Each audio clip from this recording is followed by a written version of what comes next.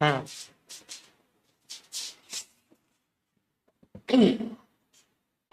Time हो गया sir. अच्छा, नमस्कार भाई सभी लोगों को। जय हिंद प्यारे साथियों। क्या मेरी आवाज आप तक पहुंच रही है? एक बार बताएंगे सभी लोग।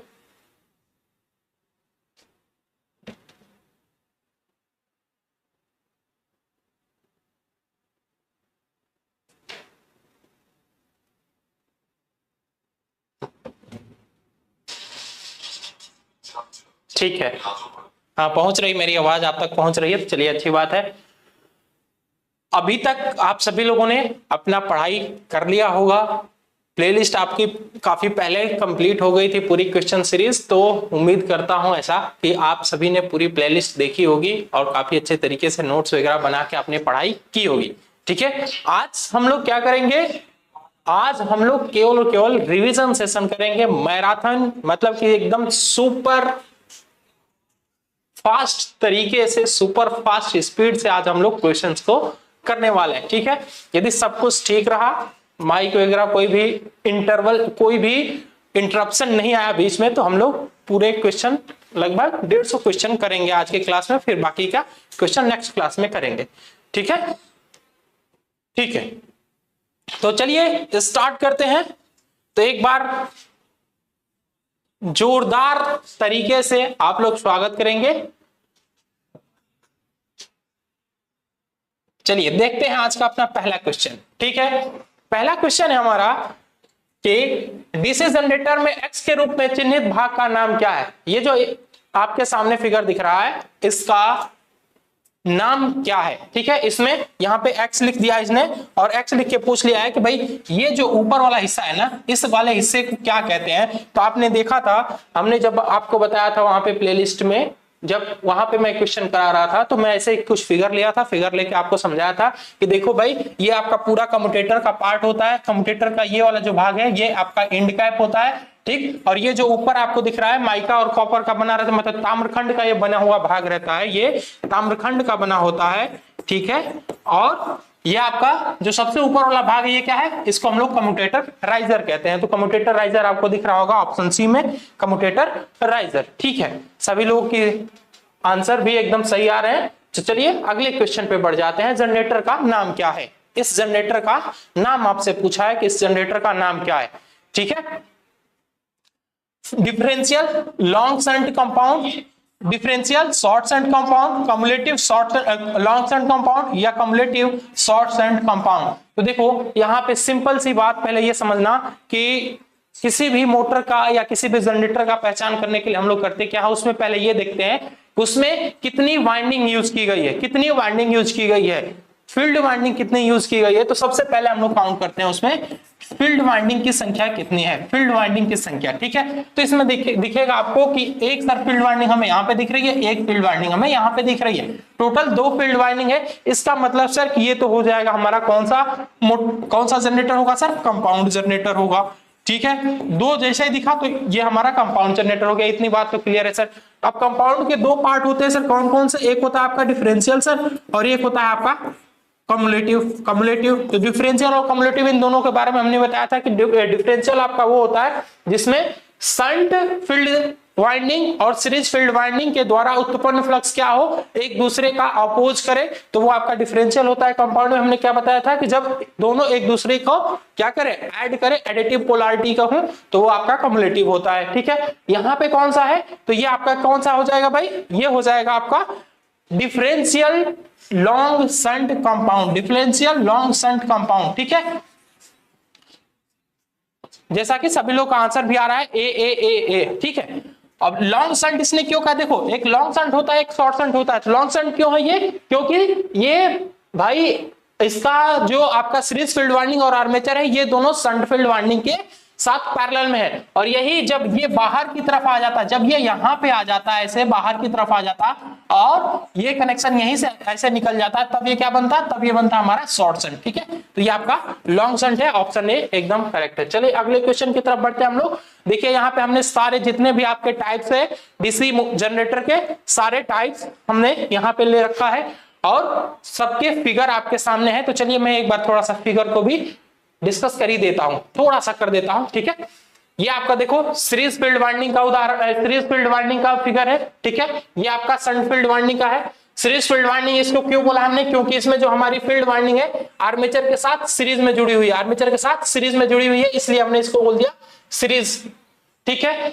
जब हमारा फील्ड वाइंडिंग आर्मेचर के साथ पैरेलल में, आर्मेचर के साथ कैसे जुड़ी है भाई, समांतर में जुड़ी है। जब समांतर में जुड़ जाती है तो उसे हम लोग क्या कहते हैं, शंट जनरेटर, ठीक है। और जब हमारा सीरीज फील्ड वाइंडिंग और शंट फील्ड वाइंडिंग कुछ इस तरीके से जुड़े, देखो यहाँ पे ये आपका एक यहाँ पे शंट फील्ड वाइंडिंग जुड़ गया, ठीक है, और ये आपका सीरीज फील्ड वाइंडिंग जुड़ गया। दो फील्ड वाइंडिंग जब जुड़ गया तो ये क्या हो गया, ये आपका हो गया कम्युलेटिव। और ये यहाँ पे भी दो वाइंडिंग है तो ये भी आपका हो गया क्या, ये हो गया आपका डिफरेंशियल, ठीक है। तो ये आपके टोटल पार्ट्स हैं, या टोटल कह सकते हैं कि टाइप है किसके, डीसी जनरेटर के, डीसी जनरेटर के, ठीक है। तो ये आप फिगर याद रख सकते हैं या फिर इसका स्क्रीनशॉट लेके रख लीजिए ताकि ये फिगर आपको हमेशा याद रहे, ठीक है।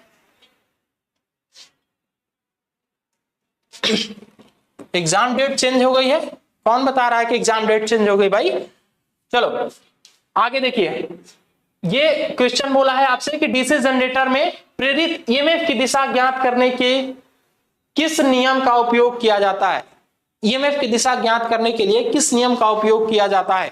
तो देखो जब भी आपकी बात करें किसकी, जनरेटर की बात करें तो जनरेटर में हमेशा आपका फ्लेमिंग राइट हैंड रूल लगता है, और मोटर की जब भी बात करेगा तो वहां पे आपका फ्लेमिंग का लेफ्ट हैंड रूल लगता है, ठीक है, फ्लेमिंग का लेफ्ट हैंड रूल लगता है। तो यहाँ पे देखिए किसकी बात किया है, डीसी जनरेटर की बात किया है ना, डीसी जनरेटर की बात किया तो ये क्या हो जाएगा, Fleming right hand rule, Fleming right hand rule. Right hand rule कहता क्या है, राइट हैंड रूल कहता यह है कि यदि हम अपने दाहिने हाथ की 3 उंगलियों को एक दूसरे के परपेंडिकुलर फैलाएं, जैसे कि ये फिगर में से परपेंडिकुलर एक दूसरे से 90 डिग्री पे किया है, तो देखो जो आपका अंगूठा होता है ना, ये मोशन ऑफ कंडक्टर, अंगूठा मतलब कि चालक की दिशा को प्रदर्शित करता है, और जो आपकी इंडेक्स फिंगर है, इंडेक्स फिंगर किसको प्रदर्शित करती है भाई, direction of magnetic flux, direction of magnetic flux या मैग्नेटिक फील्ड की दिशा को प्रदर्शित करती है। और जो आपका मिडिल वाली फिंगर है, ये वाली जो फिंगर है, ये किसको प्रदर्शित करती है, ये प्रदर्शित करती है डायरेक्शन ऑफ करंट को,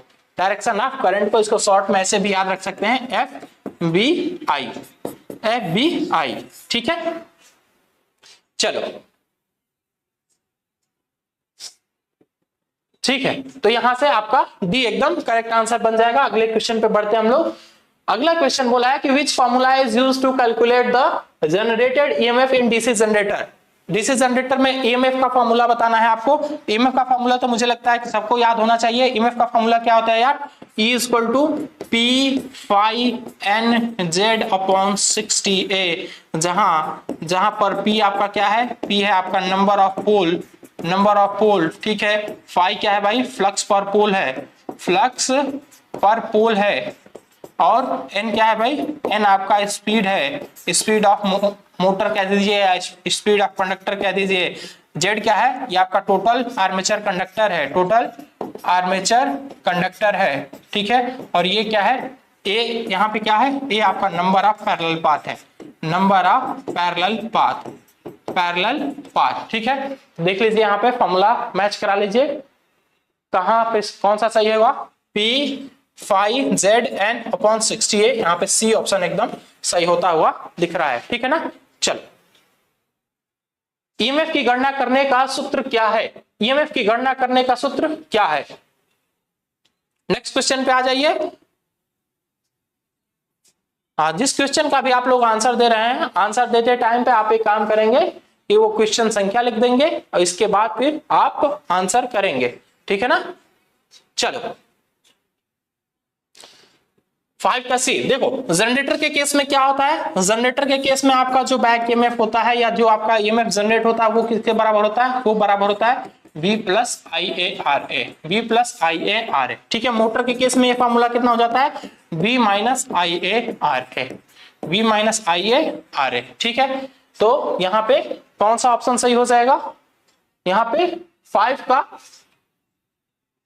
डी, अरे डीसी मोटर बोला है ना, डीसी मोटर बोला है तो यहाँ पे सी ऑप्शन एकदम करेक्ट है, 5 का सी एकदम करेक्ट है, ठीक है। चल, सभी लोग का आंसर सी आया भी है।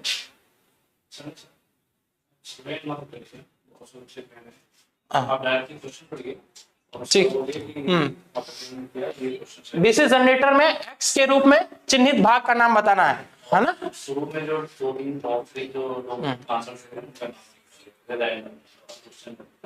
देखिए छ का सबसे पहला आंसर आ गया है पूजा।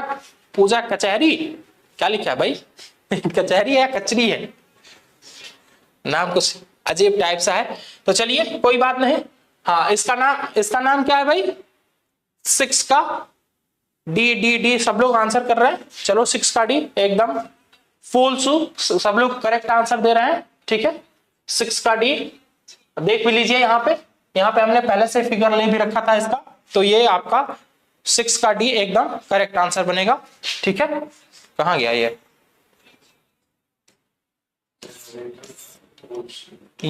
क्या है भाई? ये आपका पोलसू है। ये पूरा पार्ट है क्या? ये पूरा आपका ऊपर से जहां पे पोल रहता है, पोल के ऊपर ये पूरा ढकने का काम करता है, जो यूनिफॉर्मली फ्लक्स को क्या करता है? डिस्ट्रीब्यूट करता है। ठीक है, तो ये नीचे वाला भाग होता है, इसको हम लोग पोलसू कहते हैं। चल आगे की तरफ बढ़ते हैं। इस जनरेटर का नाम बताना है। अब ये तो फिगर देख के ही आपका तुरंत आंसर आ जाना चाहिए, है ना? इसका जैसे ही फिगर देखेंगे आप लोग, फिगर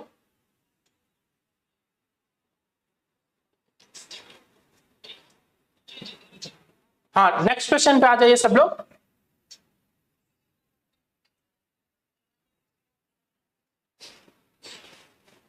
अरे आंसर तो मैं सबका बता ही रहा हूं ना। देखिए सबसे पहले इसमें इसका आंसर आया भाई सुनील बॉस, राजकुमार, निषाद, आकाश। हाँ, बहुत स्पीड से, इतना स्पीड से आंसर आ रहा है कि क्या बताया। हम सबसे पहले किसका नाम देखें, एक आदमी का नाम हमें दिखा, मैंने उनका नाम ले लिया है। चलो, तो सबका आंसर आ रहा है सर 7 का डी, 7 का डी एकदम करेक्ट आंसर आ रहा है। क्यों? ये डी आंसर है। ये आपको दिख रहा होगा कि सर यहाँ पे एक्साइटेशन बाहर से किया जा रहा है, तो ये आपका क्या हो जाएगा? ये आपका हो जाएगा सेपरेटली एक्साइटेड जनरेटर। ठीक है, चलो ये अच्छी बात है। आगे की तरफ बढ़े हम लोग, अगले क्वेश्चन पे आ जाते हैं। अगला क्वेश्चन देखते हैं।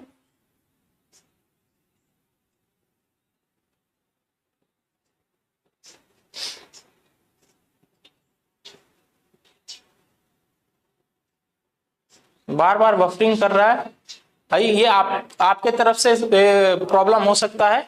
ठीक है, आपके एंड से प्रॉब्लम हो सकता है, ये बाकी लोग के लिए सही है। ठीक है ऋषिकेश जी, चलिए हाँ 8 का आंसर करिए भाई सब लोग। ठीक है, सबका आंसर आने लगा। राहुल, निखिल, प्रवीण, गौतम, शिवम, राम जी, आकाश, आदर्श। ये देखो कोई नाम एक लिखा है भूपाल जी। ये पिछली बार भी लाइव क्लास में कुछ ऐसा ही नाम रखा था, है ना? जनरेटर द्वारा किस ऊर्जा को विद्युत ऊर्जा में परिवर्तित किया जाता है? तो देखो विद्युत ऊर्जा को परिवर्तित किस एनर्जी के द्वारा विद्युत ऊर्जा को कन्वर्ट किया जाता है? तो भाई जो हमारा जनरेटर होता है ना, तो जनरेटर के घूमने से कौन सा एनर्जी हमें मिलता है? सर मैकेनिकल एनर्जी मिलता है। कौन सा एनर्जी मिलता है? Mechanical energy. और इसी मैकेनिकल एनर्जी को हम लोग किसमें कन्वर्ट कर देते हैं सर? इसको इलेक्ट्रिकल एनर्जी में कन्वर्ट कर देते हैं। इलेक्ट्रिकल एनर्जी में कन्वर्ट कर देते हैं, तो यहाँ पे डी एकदम करेक्ट आंसर हो जाएगा, है ना? ठीक है, जितने लोग डी दे रहे हैं आंसर एकदम सही आंसर कर रहे हैं। चलो अगले क्वेश्चन की तरफ बढ़ जाते हैं। हाँ, अब ये क्वेश्चन थोड़ा सा ये डिसाइड करेगा कि आप लोग तैयारी कर भी रहे हो या केवल आंसर रटने का काम कर रहे हो। ठीक है, क्योंकि इसका आंसर शायद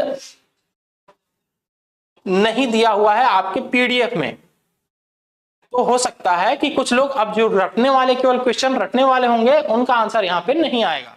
लेकिन आप काफी तेज हैं पढ़ने में सभी लोग, अरे भाई मतलब स्पीड थोड़ा सा भी नहीं कम हुआ, चलो अच्छी बात है।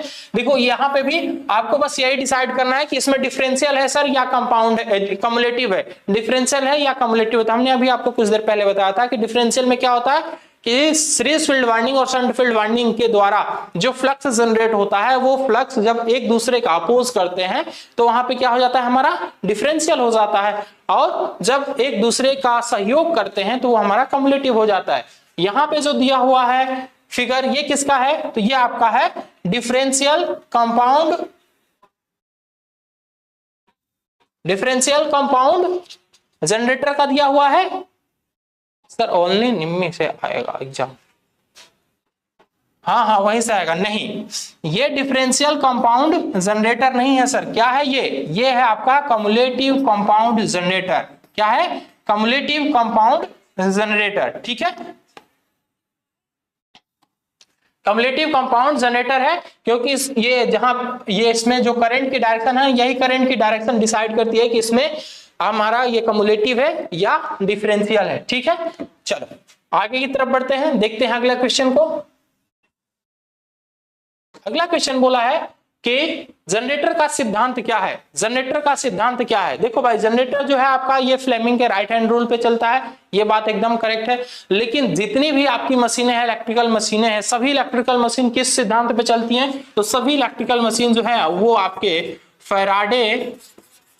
फैराडेज लॉ ऑफ इलेक्ट्रोमैग्नेटिक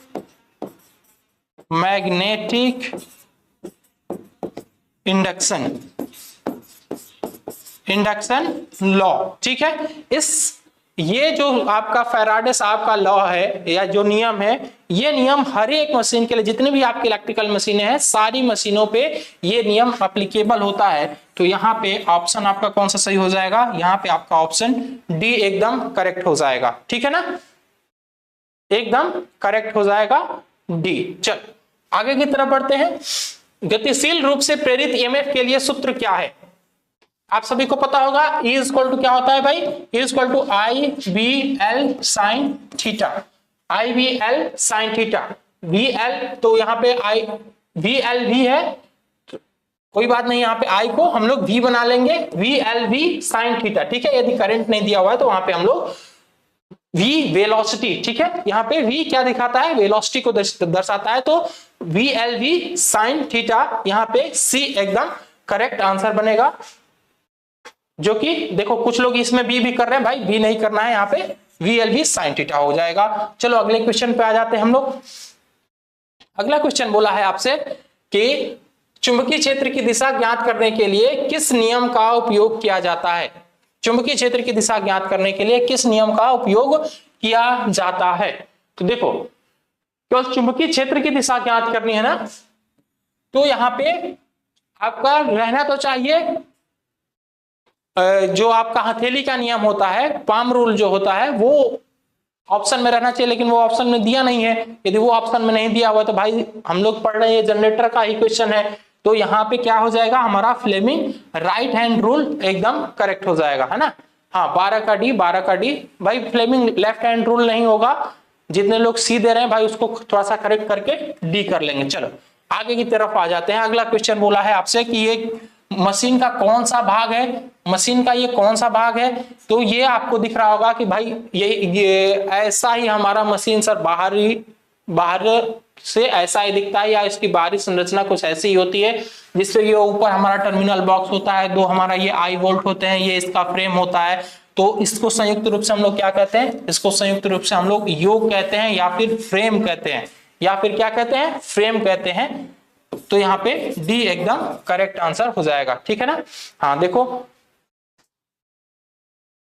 आदर्श, विजय, प्रियंका, अयोध्या, साहिल, विशाल, रोशनी, राजा, लगातार सबका आंसर एकदम बहुत जबरदस्त भाई, मतलब तैयारी एकदम खतरनाक चल रही है ना। चलो भाई अच्छी बात है, तैयारी ऐसे ही करनी चाहिए।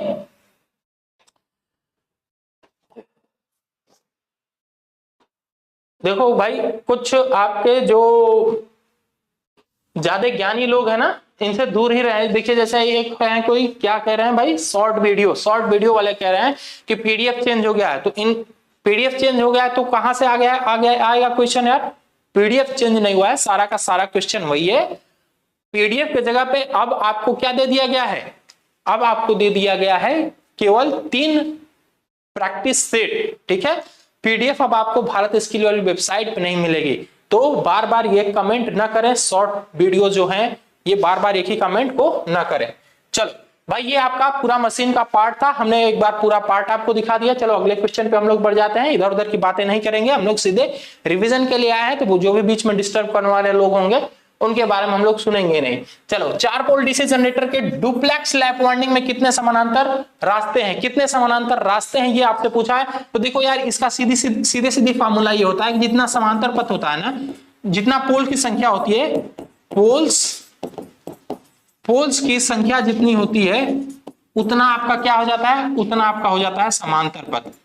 समांतर पथ किसके लिए, लैप वाइंडिंग के लिए, लैप वाइंडिंग के लिए ये इतना ही हो जाता है। लेकिन यहाँ पे देखो, यहाँ पे इसने बोला है duplex lap winding, duplex lap winding बोला है ना, तो यहाँ पे जो आपका ए होगा, जो आपका समांतर पथ की संख्या हो जाएगा वो डुप्लेक्स, चूंकि ये बोल दिया तो इसलिए 2 × p हो जाएगा। तो ए इक्वल टू क्या हो जाएगा, 2 × 4 बराबर ये कितना हो जाएगा, ये हो जाएगा आपका 8, जो कि सी ऑप्शन में दिया हुआ है, एकदम करेक्ट आंसर है। कुछ लोग बी करने वाले कितने लोग हैं, बी करने वाले कितने हैं,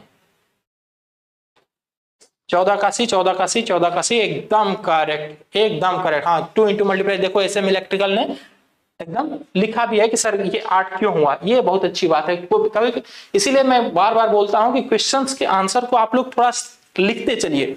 जब आप एक बार कोई चीज लिख देते हैं ना तो वो चीज आपके लिए आपको याद हो जाती है, ठीक है। चलो अगले क्वेश्चन पे बढ़ जाते हैं हम लोग। नेक्स्ट क्वेश्चन है आपके सामने कि ये कौन सा 14 का सी जनरेटर का भाग, ये जनरेटर का कौन सा भाग है, जनरेटर का कौन सा भाग है ये, तो ये क्या है, ये आपके आर्मेचर कोर के ऊपर जो लेमिनेशन किया गया रहता है वही चीज है ये, ठीक है। आर्मेचर कोर के ऊपर जो लेमिनेशन किया गया रहता है उस चीज को ये प्रदर्शित कर रहा है। तो यहाँ पे आर्मेचर कोर लेमिनेशन एकदम करेक्ट आंसर बन जाएगा। चलो अगले क्वेश्चन पे आते हैं हम लोग कि डीसी जनरेटर में इंटरपोल्स कैसे जुड़े रहते हैं। तो डीसी जनरेटर में जो हमारे इंटरपोल्स होते हैं ये हमेशा आर्मेचर के साथ कैसे जुड़ते हैं, आर्मेचर के साथ हमेशा ये सीरीज में जुड़ते हैं। कैसे भाई जुड़ते हैं, ये हमेशा सीरीज में जुड़ते हैं। इस बात को याद रखेंगे कि आर्मेचर के साथ हमेशा कैसे जुड़ते हैं, सीरीज में जुड़ते हैं। तो इन सीरीज विद आर्मेचर, एकदम करेक्ट। चलो अगले क्वेश्चन पे आते हैं हम लोग। एक स्वयं उत्तेजित डीसी जनरेटर में अवशिष्ट चुंबकत्व की आवश्यकता क्या होती है, अवशिष्ट चुंबकत्व की आवश्यकता क्या होती है, ठीक है।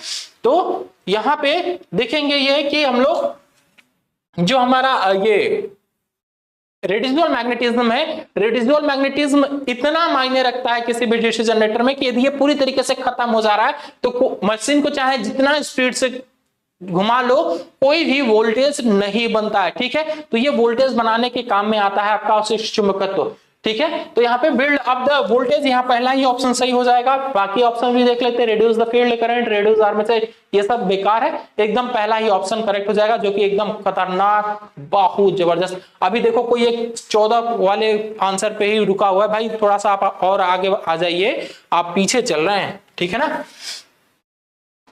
जो लोग पीछे चल रहे हैं वो थोड़ा सा वीडियो को और आगे भगा लेंगे।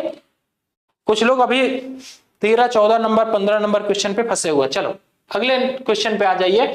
मशीनों में वे कौन से 2 बिंदु हैं जो ब्रश संपर्क प्रतिरोध को मापते हैं, ठीक है। बिल्ड अप द वोल्टेज, एकदम नवदीप, एकदम करेक्ट आंसर है भाई आपका, ठीक है। 18 का सी सबसे पहले आंसर दिया है गौरव प्रधान ने, फिर विपिन, पंकज, छोटू, रमेश, अंकित, विकास, पूजा, ठीक है, ठीक है। 18 का सी, कुछ लोग डी भी कह रहे हैं भाई, क्या हो गया संदीप, कुछ लोग का कहना है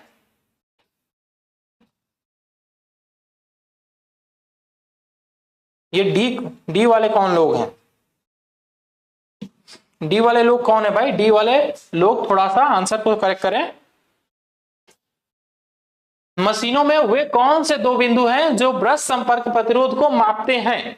तो resistance between brush and commutator, resistance between brush and commutator, ये एकदम ठीक आंसर है। ठीक है, चलो अगले क्वेश्चन पे बढ़ते हैं हम लोग। किस वोल्टेज ड्रॉप को एक्स के रूप में चिन्हित किया जाता है? एक्स के रूप में चिन्हित किया जाता है। देखो ये यहाँ पे एक सीधी लाइन खींचा है और फिर यहाँ से एक थोड़ी सी नीचे वाली लाइन है और एक और यहाँ पे थोड़ी नीचे लाइन है। तो इसने पूछा है कि ये जो इतना भाग है ना सर, इस भाग को हम लोग क्या कहते हैं? इस भाग को हम लोग क्या कहते हैं? ये चीज आपसे क्वेश्चन में पूछा हुआ है। ठीक है,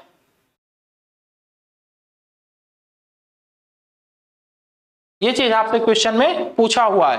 तो ये क्या है? ये आपका रिएक्शन, आर्मेचर रिएक्शन की वजह से जो थोड़ा सा डिफिशियंसी आती है या जो थोड़ा कमी आती है, उसी चीज को ये वाली लाइन हमेशा प्रदर्शित करती है। ये जो लाइन होती है ये किसको दर्शाती है भाई? ये आपके आर्मेचर रिएक्शन की वजह से, आर्मेचर रिएक्शन की वजह से जो कमी आई है, जो कमी आई है उसको प्रदर्शित करता है ये बिंदु जो होता है। ठीक है, तो यहाँ पे आर्मेचर रिएक्शन ड्रॉप एकदम करेक्ट आंसर बन जाएगा। ठीक है, कंपाउंड जनरेटर का नाम क्या है? यदि शंट फील्ड आर्मेचर के साथ समानांतर में जुड़ा हुआ है। देखो यही चीज मैं अभी पीछे वाले क्वेश्चन में डिस्कस कर रहा था आपसे कि यदि हमारा जो शंट फील्ड वाइंडिंग है, जो हमारा शंट फील्ड वाइंडिंग है, ये शंट फील्ड वाइंडिंग आर्मेचर तथा सीरीज फील्ड वाइंडिंग के साथ समांतर में है, तो ये कौन सा हमारा कनेक्शन बनता है? ये हमारा कनेक्शन बनता है कौन सा भाई? ये हमारा कनेक्शन बनता है long shunt generator, long shunt generator. ठीक है, अच्छा, और जब ये हमारा जो हमारा सीरीज फील्ड वाइंडिंग है, देखो ये हमारा सीरीज फील्ड वाइंडिंग है और ये हमारा शंट है,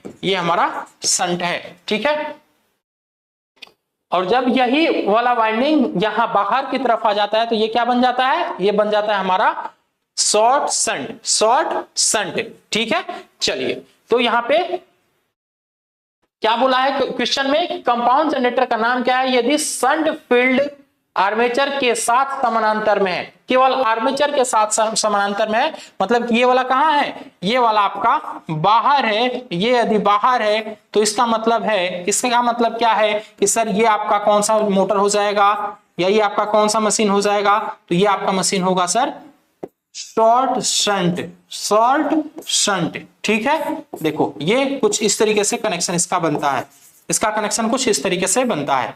ठीक है, तो ये आपका शॉर्ट शंट बनता है, ये आपका शॉर्ट शंट होता है और ये आपका लॉन्ग शंट होता है, लॉन्ग शंट होता है। मुझे उम्मीद है कि आप सभी ये पढ़ लिए होंगे, इतना डिटेल में जाने की जरूरत नहीं है, है ना। चलो अगले क्वेश्चन पे आ जाते हैं हम लोग कि क्यों एक डीसी जनरेटर के आर्मेचर कोर पटलित किए जाते हैं? आर्मेचर को क्यों लेमिनेट किया जाता है, ये चीज आपसे पूछा गया है क्वेश्चन में। तो लेमिनेट करने के पीछे रीजन क्या होता है कि हम लोग क्या चाहते हैं कि हमारे मशीन में ईडी करंट लॉस कम से कम हो। कौन सा लॉस? ईडी करंट लॉस कम से कम हो। ठीक है, तो यहां पे 21 का डी एकदम ठीक आंसर है। देखिए यहां पे लगातार आंसर कर रहे हैं आर्यन, मोहित, अभिषेक, शशांक, उमाशंकर, राज, मोनू, श्याम, रविंदर, सबका आंसर एकदम करेक्ट है। इसमें तो एकदम अंधाधुंध एकदम आधी मचा दी, वाह भाई वाह, गजब। चलो, डीसी जनरेटर का आर्मेचर प्रतिरोध बहुत कम है, क्यों? डीसी जनरेटर का आर्मेचर प्रतिरोध बहुत कम रखा जाता है या बहुत कम है, क्यों? Reduce armature current, reduce armature voltage drop, run armature with less weight, reduce the temperature of armature, reduce the temperature of armature. तो देखिए जो हमारा आर्मेचर है ना, इसको हम लोग हमेशा कम प्रतिरोध का बनाते हैं, मतलब ये इसका प्रतिरोध हमेशा कम इसलिए रखा जाता है ताकि जो हमारी वाइंडिंग है, वाइंडिंग के अंदर आर्मेचर लॉस कम से कम हो। यदि आर्मेचर लॉस ज्यादा हो जाएगा तो हमारी वाइंडिंग क्या होने लगेगी? हीट होने लगेगी। तो 22 का भी जितने लोग भी आंसर कर रहे हैं, मोनू, युवराज, रविंदर, निकिता, हंटर, देखो इसमें हंटर भी है, ठीक है। चल भाई अभी नाम बड़ा अजीब अजीब सा रखते हो यार। डीसी जनरेटर को घड़ी की दिशा में ही क्यों चलाना चाहिए? डीसी जनरेटर को क्लॉकवाइज डायरेक्शन में ही क्यों चलाना चाहिए? ठीक है, क्लॉकवाइज डायरेक्शन में ही क्यों चलाना चाहिए?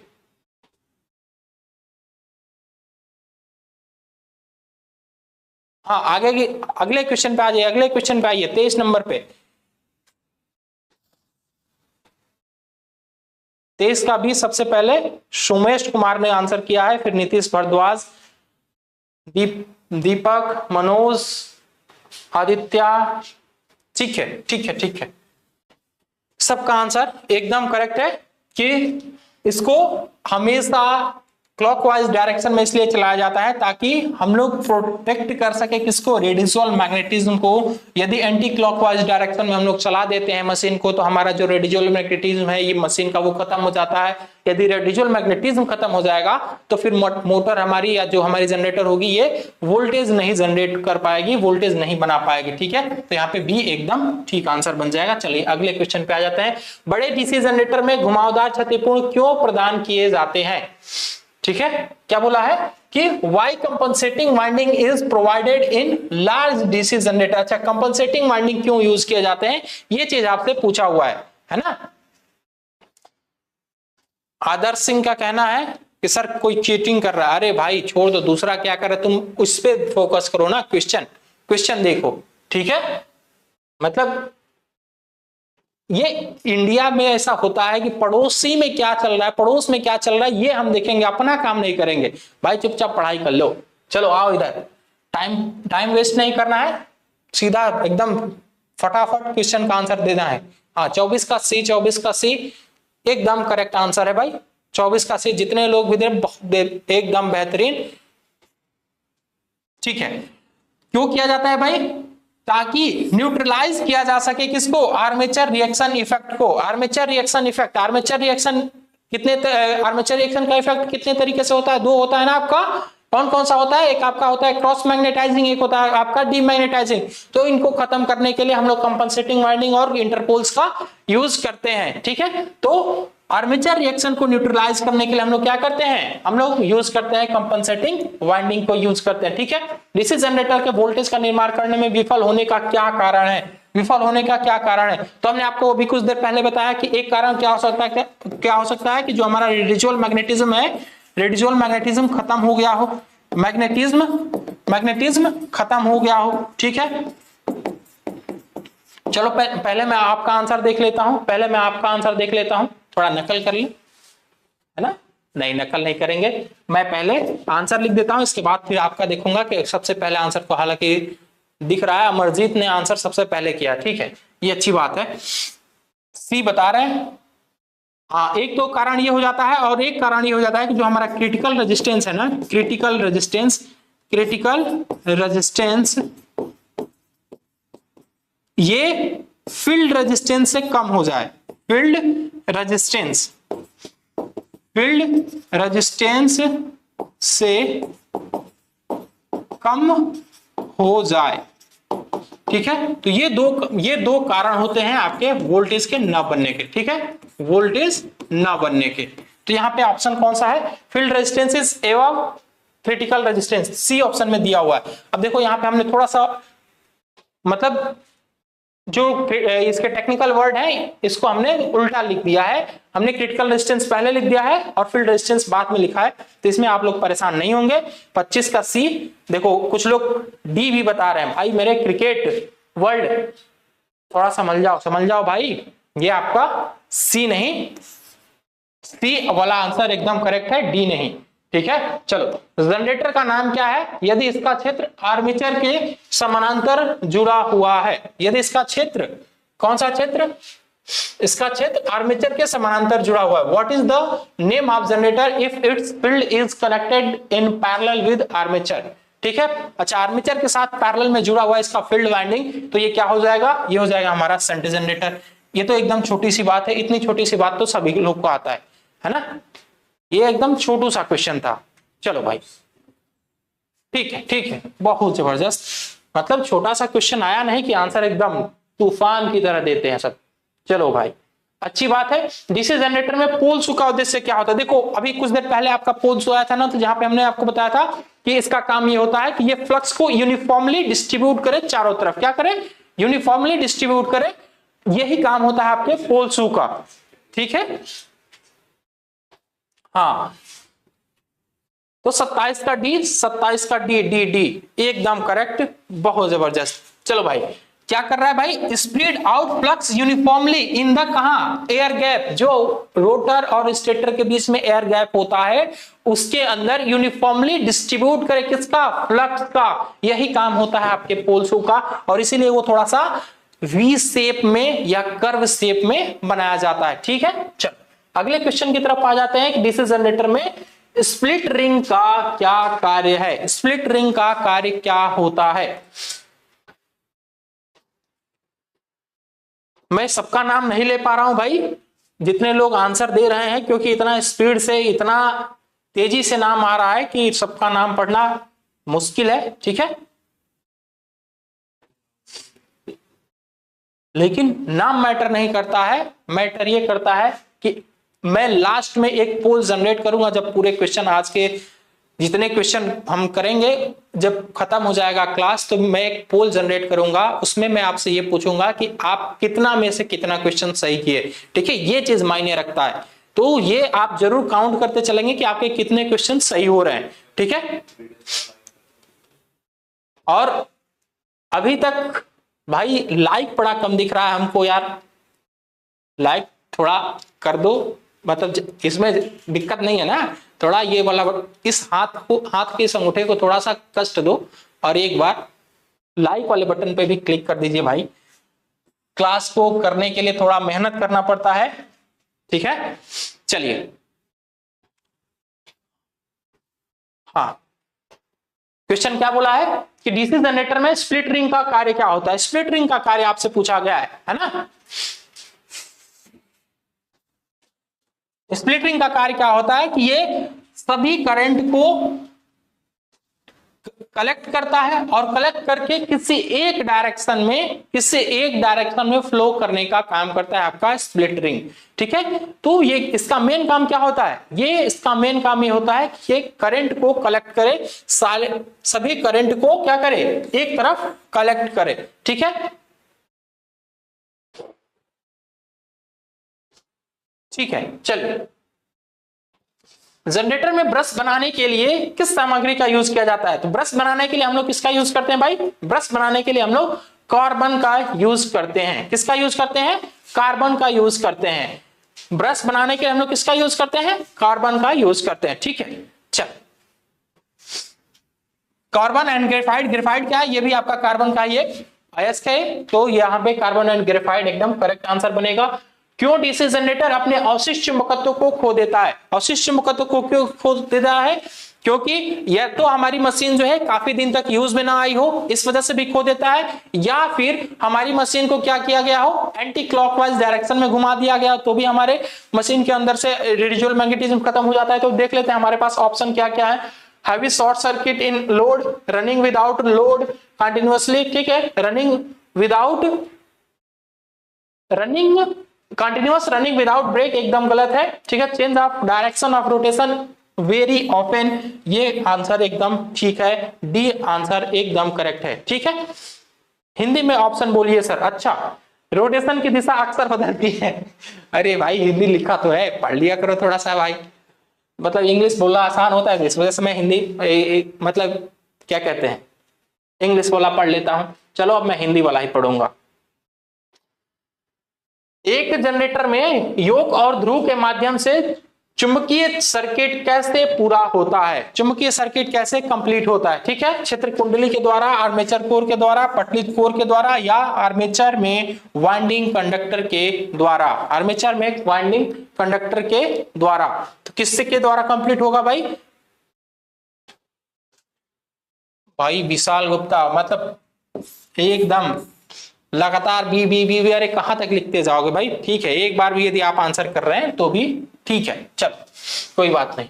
डीसी शंट जनरेटर में लोड बढ़ने पर टर्मिनल वोल्टेज कम क्यों हो जाते हैं? जब लोड बढ़ता है डीसी शंट जनरेटर में तो धीरे धीरे उसका वोल्टेज जो है ड्रॉप होने लगता है, थोड़ा थोड़ा क्या होने लगता है, ये ड्रॉपिंग नेचर का इसमें गुण होता है, मतलब कुछ इस तरीके से इसमें ये ड्रॉप होने लगता है। ठीक है, कुछ इस तरीके से ड्रॉप दिखने लगता है हमें डीसी शंट जनरेटर में, तो जिसे हम लोग क्या कहते हैं, ड्रॉपिंग कैरेक्टरिस्टिक कहते हैं। और ये हमारा किसमें देखने को मिलता है? डीसी शंट जनरेटर में देखने को मिलता है। ठीक है, तो यहाँ पे ऑप्शन कौन सा सही हो जाएगा भाई? यहाँ पे ऑप्शन ठीक, because of armature reaction effect, armature reaction effect की वजह से ये थोड़ा सा ड्रॉपिंग कैरेक्टरिस्टिक्स इसमें देखने को हमें मिलती है ना। आंसर बहुत सही दे रहे हैं भाई, मतलब मुझे लग रहा है कि लास्ट में जो मैं पोल करूंगा, पोल में अच्छी खासी रैंकिंग आएगी सबकी, है ना। ठीक है भाई, अच्छी बात है, तैयारी ऐसी ही होनी ही चाहिए। लंबी दूरी की वितरण लाइनों के लिए किस प्रकार के डीसी जनरेटर का उपयोग किया जाता है? लंबी दूरी के लिए मतलब कि लाइन को बहुत दूर तक यदि ट्रांसमिट करना है तो उस समय किस प्रकार के जनरेटर का या किस प्रकार की मशीन का यूज किया जाता है? तो यहाँ पे सिंपल सा एक कंसेप्ट लगाएंगे कि सर यहाँ पे ऐसा मशीन यूज करना चाहिए जिसके दोनों फील्ड के जो फ्लक्स हैं क्या हो, ऐड हो, एक दूसरे को सब्सट्रैक्ट न करें। तो ऐड होने वाली कौन सी मशीन होती है भाई? कम्युलेटिव कंपाउंड जनरेटर होती है सर। कम्युलेटिव कंपाउंड एकदम करेक्ट आंसर हो जाएगा, है ना। ठीक है, कम्युलेटिव कंपाउंड आंसर एकदम जबरदस्त। चलो आगे बढ़ते हैं। डीसी जनरेटर में इंसुलेशन प्रतिरोध को बेहतर बनाने के लिए किस विधि का उपयोग किया जाता है? किस विधि का उपयोग किया जाता है? किसको बेहतर बनाना है भाई? इंसुलेशन प्रतिरोध को बेहतर बनाना है। तो इंसुलेशन प्रतिरोध को बेहतर बनाने के लिए किस मशीन का, किस विधि का उपयोग किया जाता है यार? क्या रिप्लेस किया जाता है ब्रश को? ब्रश को बार बार रिप्लेस करना ये मुश्किल काम है, मतलब ये एक तरह से कह लीजिए कि बार बार ब्रश को रिप्लेस करना ये महंगा भी है और काफी मुश्किल भी है। ठीक है, heating the machine by running periodically नहीं, cleaning the commutator segment regularly, blowing hot air into the machine during maintenance, ये एकदम ठीक आंसर है। क्योंकि जब हम लोग ये हॉट एयर को पास करते हैं वाइंडिंग से तो वाइंडिंग के अंदर जो मॉइस्चर होता है या जो भी थोड़ी सी नमी आती है उसको खत्म कर दिया जाता है हॉट एयर के द्वारा। ठीक है, ठीक है। रजनीश, आरएसएस, अंकित, ब्लोइंग, हाँ ये पूरा आंसर इन्होंने लिख दिया है। चलिए अच्छी बात है। अगला क्वेश्चन देखते हैं हम लोग कि अवशिष्ट चुंबकत्व के अभाव में किस प्रकार का डीसी जनरेटर काम करता है? अवशिष्ट चुंबकत्व के अभाव में देखो, जितने भी आपकी सेल्फ एक्साइटेड टाइप की जनरेटर होती है ना उसमें हमारा अवशिष्ट चुंबकत्व काम करेगा ही करेगा। ठीक है, तो ये सभी के सभी कौन सी टाइप के हैं? ये सभी के सभी आपकी सेल्फ एक्साइटेड है। ये सभी के सभी आपकी सेल्फ एक्साइटेड जनरेटर है। और ये क्या है? ये आपका सेपरेटली है। तो सेपरेटली वाले में रेडिजुअल मैग्नेटिज्म यदि नहीं भी रहेगा तो भी कोई अंतर नहीं पड़ेगा। यहाँ पे डी एकदम करेक्ट आंसर हो जाएगा, जो कि सभी का आंसर आ भी रहा है। देखिए एक निखिल कुमार है जिनका आंसर गलत आ रहा है। भाई निखिल, आपको थोड़ा सा ध्यान देने की जरूरत है, आपका एक और आंसर गलत है, इससे पहले हमने देखा था। तो भाई मेरे थोड़ा ध्यान पूर्वक पढ़ो। ठीक है, आर्क वेल्डिंग के लिए किस प्रकार के डीसी जनरेटर का उपयोग किया जाता है? देखो आर्क के लिए एक बात याद रखेंगे हमेशा कि वेल्डिंग के लिए जहां पे भी वेल्डिंग की बात आएगी तो वहां पे वेल्डिंग में हम लोग हमेशा और हमेशा डिफरेंशियल कंपाउंड मोटर का यूज करते हैं। किसका? डिफरेंशियल कंपाउंड मोटर का यूज करते हैं। याद कर लो इसको, एकदम कंठस्थ कर लीजिए कि जब भी वेल्डिंग की बात करेगा वहां पे हम लोग आंख बंद करके क्या मारेंगे? डिफरेंशियल कंपाउंड जनरेटर, एकदम आंसर टिक कर देंगे। ठीक है, चल कम्युलेटिव कंपाउंड का कहां पे यूज होता है सर? तो ये सर हम लोग लिफ्ट में इसका यूज करते हैं। कहां पे? लिफ्ट में यूज करते हैं। ठीक है, चलिए डीसी जनरेटर में तरंग वाइंडिंग की विशेषता क्या है? तरंग वाइंडिंग, वेव वाइंडिंग की विशेषता पूछा है आपसे। आपसे क्या पूछा है? वेव वाइंडिंग, है ना। वेव वाइंडिंग तो देखो क्या होगा, आपकी वेव वाइंडिंग है ना, ये हाई वोल्टेज लो करंट के लिए यूज की जाती है।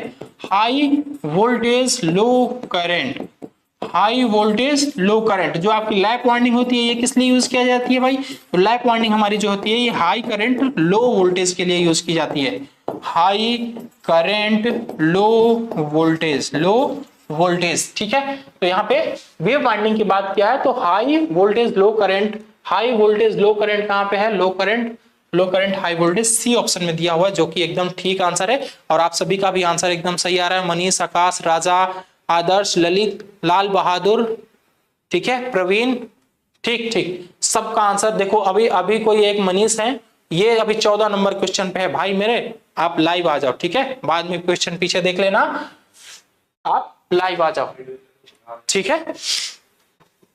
अरे ऐसे टाइप करते जाओ, चाहे एक ही बार भगा लो आगे वीडियो, आ जाओ नेक्स्ट, एकदम जो अभी क्वेश्चन चल रहा है उस पे आ जाओ। देख लीजिए, ये आपका वेव वाइंडिंग है, ये आपका वेव वाइंडिंग है, और ये क्या है, ये आपका लैप वाइंडिंग है, ये आपका लैप वाइंडिंग है। तो इस फिगर को भी याद रखेंगे, क्योंकि ऐसे ही फिगर भी बना के दे देगा क्वेश्चन में, पूछ लेगा कि ये कौन सा वाइंडिंग है, ये कौन सा वाइंडिंग। तो वेव वाइंडिंग हमेशा एक वेव की तरह आगे की तरफ बढ़ती जाती है, ठीक है, और लैप वाइंडिंग ऐसे रोटेट होकर ओवरलैप होके तब आगे की तरफ बढ़ती है, ठीक है।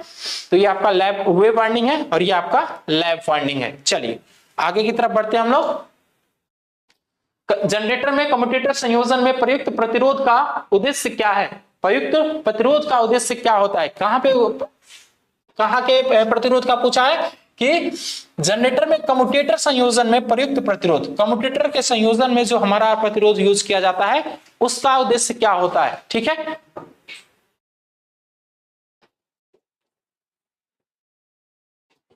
छप जाता है, अच्छा ठीक है, चलो प्रयास करेंगे भाई। ऑप्शन दिया हुआ है कि नियत वोल्टेज बनाए रखें, शून्य स्थातिक रूप से प्रेरित ईएमएफ, स्थैतिक रूप से प्रेरित ईएमएफ बढ़ाना, धारा दिशा का आसानी से पलटना, धारा दिशा का आसानी से पलटना।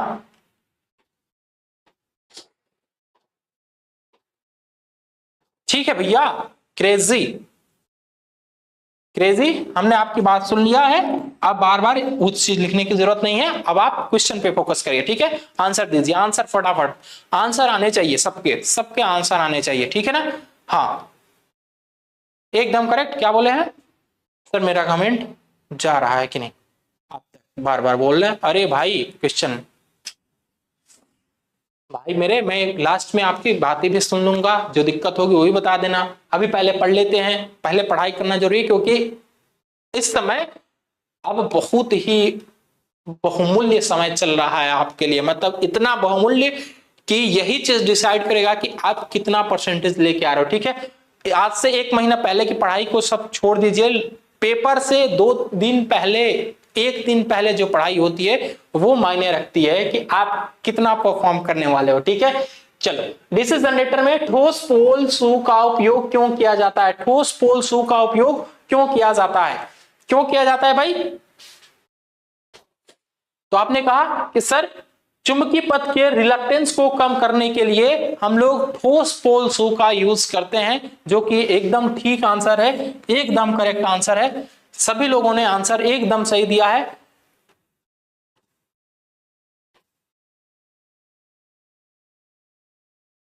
ठीक है, कुछ लोग का कहना है कि सर 37 का आंसर भी होगा, भाई मेरे तुमको पढ़ने में गलती है, हमने क्या लिखा है यहाँ पे, हाई वोल्टेज लो करंट, तो देखो इसने पलट के लिखा है लो करंट हाई वोल्टेज, ठीक है। चलो आगे की तरफ बढ़ते हैं, अगला क्वेश्चन देखते हैं हम लोग।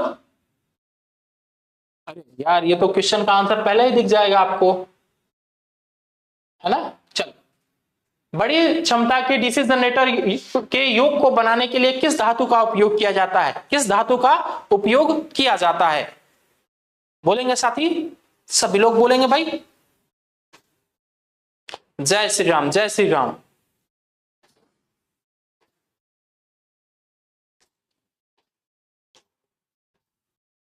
चालीस का आंसर सब लोग कर रहे हैं, D D D D D D D, एकदम लगातार लगातार, बहुत सही बहुत सही बहुत सही, वाह भाई वाह। रोल्ड स्टील का, ठीक है, रोल्ड स्टील का, छोटी मशीनों में हमारा सॉफ्ट आयरन का होता है, लेकिन बड़ी मशीनों में रोल्ड स्टील का हम लोग यूज करते हैं। तो यहाँ पे थोड़ा सा देख भी लेंगे, आप लोग हमने पहले से ले रखा था, योग जो है आपके किसके बनाए जाते हैं, ये आपका कास्ट स्टील का बना होता है, ठीक है, कास्ट स्टील का बना होता है। आर्मेचर कोर को लेमिनेटेड किया जाता है, ठीक है। कम्यूटेटर जो होता है ये हार्ड ड्राम कॉपर का बना होता है। जो आपका ब्रशेज होता है ये कॉपर का या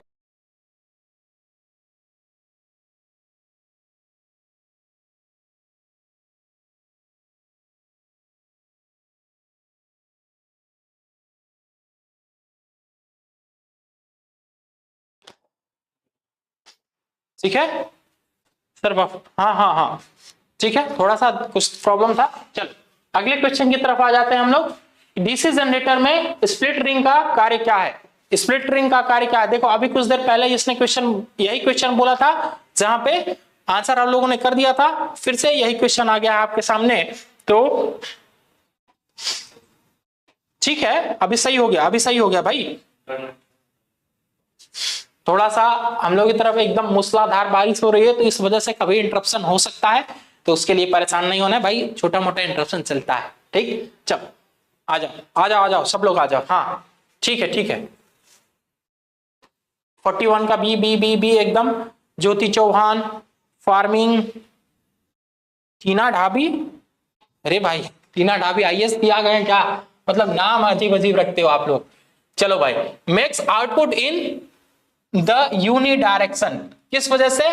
ये पूरे करंट को क्या करता है? स्प्लिट पूरे करंट को कलेक्ट कर लेता है, कलेक्ट करके इसके बाद एक डायरेक्शन में भेजने का काम करता है, इसीलिए हम लोग इसका यूज करते हैं। इसलिए तो हम लोगों ने कर दिया था, इसलिए ज्यादा टाइम ना देके सीधे आगे बढ़ते हैं। डीसी जनरेटर में किस प्रकार के वोल्टेज गतिशील रूप से प्रेरित होता है? किस प्रकार का वोल्टेज गतिशील रूप से प्रेरित होता है? ठीक है, तो देखो जो हमारा डीसी जनरेटर है, डीसी जनरेटर के आर्मेचर के अंदर जो वोल्टेज बनता है, आर्मेचर के अंदर जो वोल्टेज बनता है, वो वोल्टेज कौन सा होता है? वो वोल्टेज होता है आपका एसी।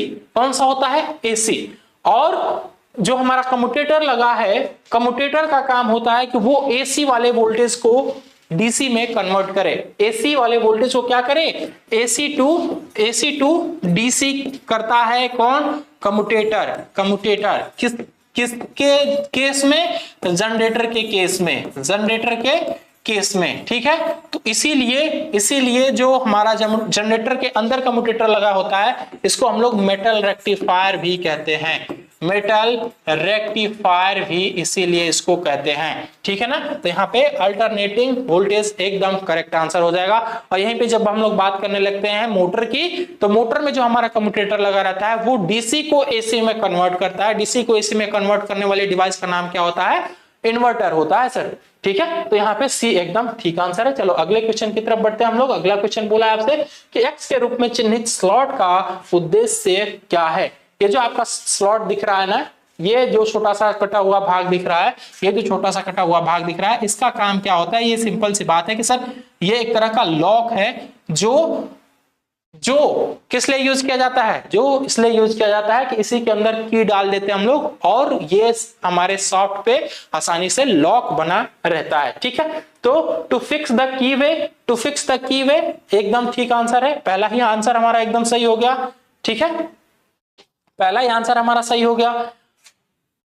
चलिए बाकी के ऑप्शंस को नहीं देखेंगे, आगे बढ़ जाते हैं हम लोग। अगला क्वेश्चन बोल दिया है कि डीसी जनरेटर में फील्ड कॉइल का कार्य क्या होता है? फील्ड कॉइल का कार्य होगा कि ये फ्लक्स को जनरेट करे, जिस फ्लक्स को कट करके क्या बनेगा? ईएमएफ बनेगा, ठीक है। To increase the flux in air gap, to decrease the magnetising current, to magnetise the poles, to produce coil flux, to increase the reluctance of magnetic part. तो ये सिंपल सी बात है कि सर इसमें जो हमारा सी ऑप्शन है एकदम करेक्ट है। ये फ्लक्स को जनरेट करेगा ताकि जो हमारा पोल है, पोल के द्वारा क्या उत्पन्न हो सके? पोल्स के द्वारा, पोल्स के घूमने की वजह से। हाँ ठीक है, सभी लोग का आंसर सी से। देखो कोई एक डी भी दे रहा है, तो भाई मेरे डी नहीं, सी एकदम करेक्ट आंसर है। चलो अगले क्वेश्चन पे आ जाते हैं कि मशीन के पोल कोर बनाने के लिए किस धातु का उपयोग किया जाता है? तो ये क्वेश्चन रिपीटेड है, दोबारा आया है क्वेश्चन, तो इस पे हम लोग टाइम ना वेस्ट करके सीधे आगे की तरफ बढ़ते हैं। वहां पे क्या लिखा था इसने? रोल्ड स्टील लिखा था, यहाँ पे इसने कास्ट स्टील लिख दिया, तो कास्ट स्टील एकदम ठीक आंसर हो जाएगा यहाँ पे, ठीक है। 45 का सी, ठीक। 45 का सी, ये हमने स्क्रीनशॉट बोला था आपको लेने के लिए, ले सकते हैं इसका स्क्रीनशॉट। क्यों pole core stamping DC generator में पतली करते हैं? Why the pole core stamping are laminated in DC generator? DC generator में जो हमारा स्टैपिंग है उसको लेमिनेट क्यों किया जाता है? भाई देखिए, जहां पे भी बात करेगा ये लेमिनेशन की ना, तो लेमिनेशन की बात जहां पे भी कर दिया तो लेमिनेशन का सीधे सीधे एक चीज याद रखेंगे आप लोग कि जैसे लेमिनेशन की बात किया तो reduce eddy current loss, reduce eddy current loss, बस। तो यहाँ पे भी लेमिनेशन की बात किया तो तुरंत हम लोग एडी करंट लॉस को टिक करके क्या करेंगे, आगे बढ़ जाएंगे। ये चाहे आपके जनरेटर में बात करें, चाहे आपके मोटर में बात करें, चाहे आपका ट्रांसफार्मर में बात करें, चाहे आपका इंडक्शन मोटर में बात करें, कहीं पे भी यदि बात किया लेमिनेशन की, तो लेमिनेशन इसलिए किया जाता है ताकि एडी करंट लॉस को कम किया जा सके, बस सीधी बात। इलेक्ट्रोप्लाटिंग प्रक्रिया के लिए किस प्रकार के डीसी जनरेटर का उपयोग किया जाता है? तो इलेक्ट्रोप्लाटिंग की क्रिया ऐसी होनी चाहिए कि मतलब ये कांस्टेंट रूप से होता रहे, मतलब हर जगह एक तरह से प्लाटिंग की जा सके, या एक तरह से जो हमारा परत चढ़ाया जा रहा है वो एकदम लेबलिंग में चढ़ाया जाए। तो ये काम करने वाली कौन सी मशीन होती है हमारी? वो होती है आपकी शंट मशीन।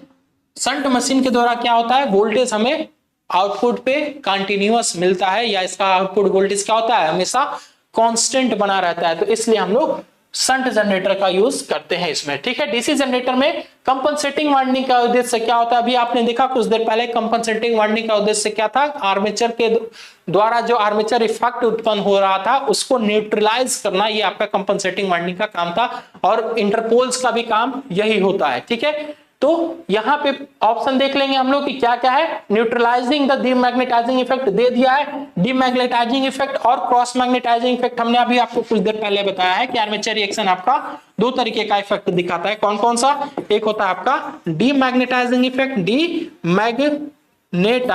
डीमैग्नेटाइजिंग इफेक्ट, और एक होता है आपका cross magnetising effect, cross magnetising effect, ठीक है। तो डीमैग्नेटाइजिंग को खत्म करने के लिए हम लोग क्या करते हैं, हम लोग कंपनसेटिंग वाइंडिंग का यूज करते हैं, कंपनसेटिंग वाइंडिंग का यूज करते हैं। क्रॉस मैग्नेटाइजिंग को खत्म करने के लिए क्या करते हैं सर?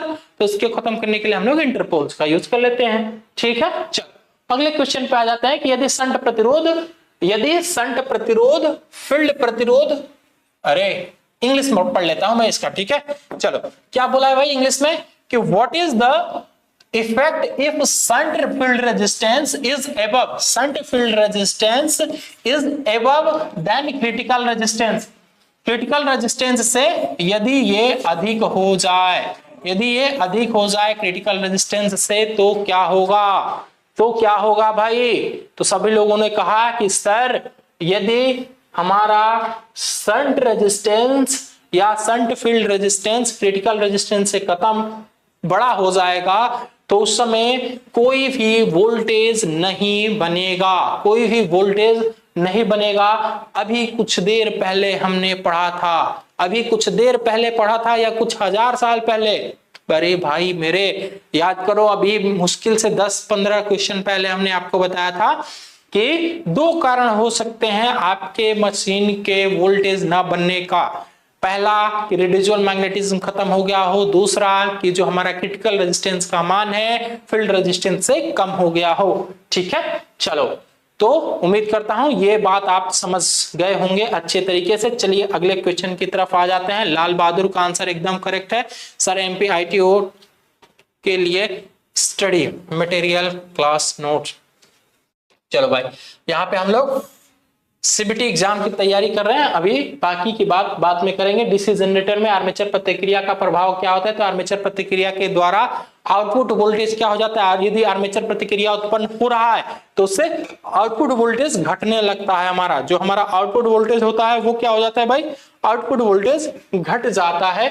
तो यहाँ पे आउटपुट वोल्टेज डिक्रीज एकदम ठीक आंसर है। आउटपुट वोल्टेज डिक्रीज एकदम ठीक आंसर है। राम राम जी भाई। चलिए अगले क्वेश्चन पे आते हैं हम लोग कि सिंप्लेक्स वेव बाउंड आर्मेचर के साथ 4 पोल डीसी जनरेटर में 1020 कंडक्टर। अब देखो यहाँ पे सिंपल सा एक फॉर्मूला आपको यूज करना है।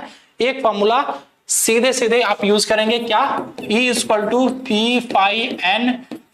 P/N/Z/60A, ठीक है। यहाँ पे मैं बता देता हूं कि क्या क्या आपको दिया हुआ है। P = 4 दिया हुआ है, ठीक है। और आपको दिया हुआ है z equal to 1020, n equal to दिया हुआ है 1500 और फाई इक्वल टू कितना दिया हुआ है दोस्त, फाई इक्वल टू दिया हुआ है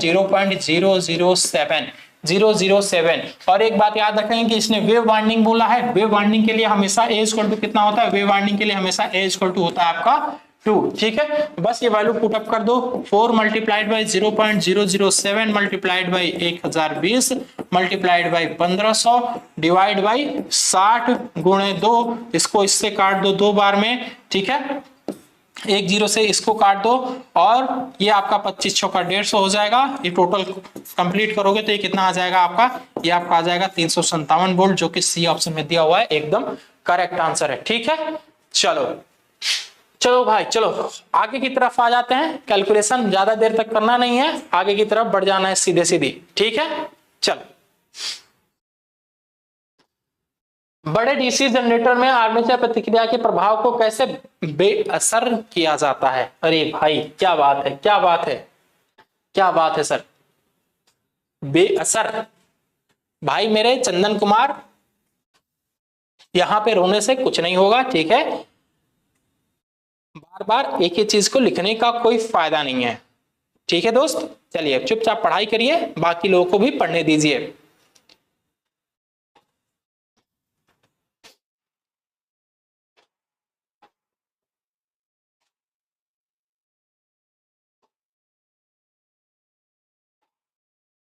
चलिए भाई, बड़े डीसी जनरेटर में आर्मेचर प्रतिक्रिया के प्रभाव को कैसे बेअसर किया जाता है। ये वर्ड थोड़ा ध्यान दो, बेअसर, जो हिंदी वाले लोग हैं बेअसर, ठीक है, जो बार बार कह रहा था कि सर हिंदी हिंदी हिंदी, देखो भाई हिंदी कितना खतरनाक लिखा है ना।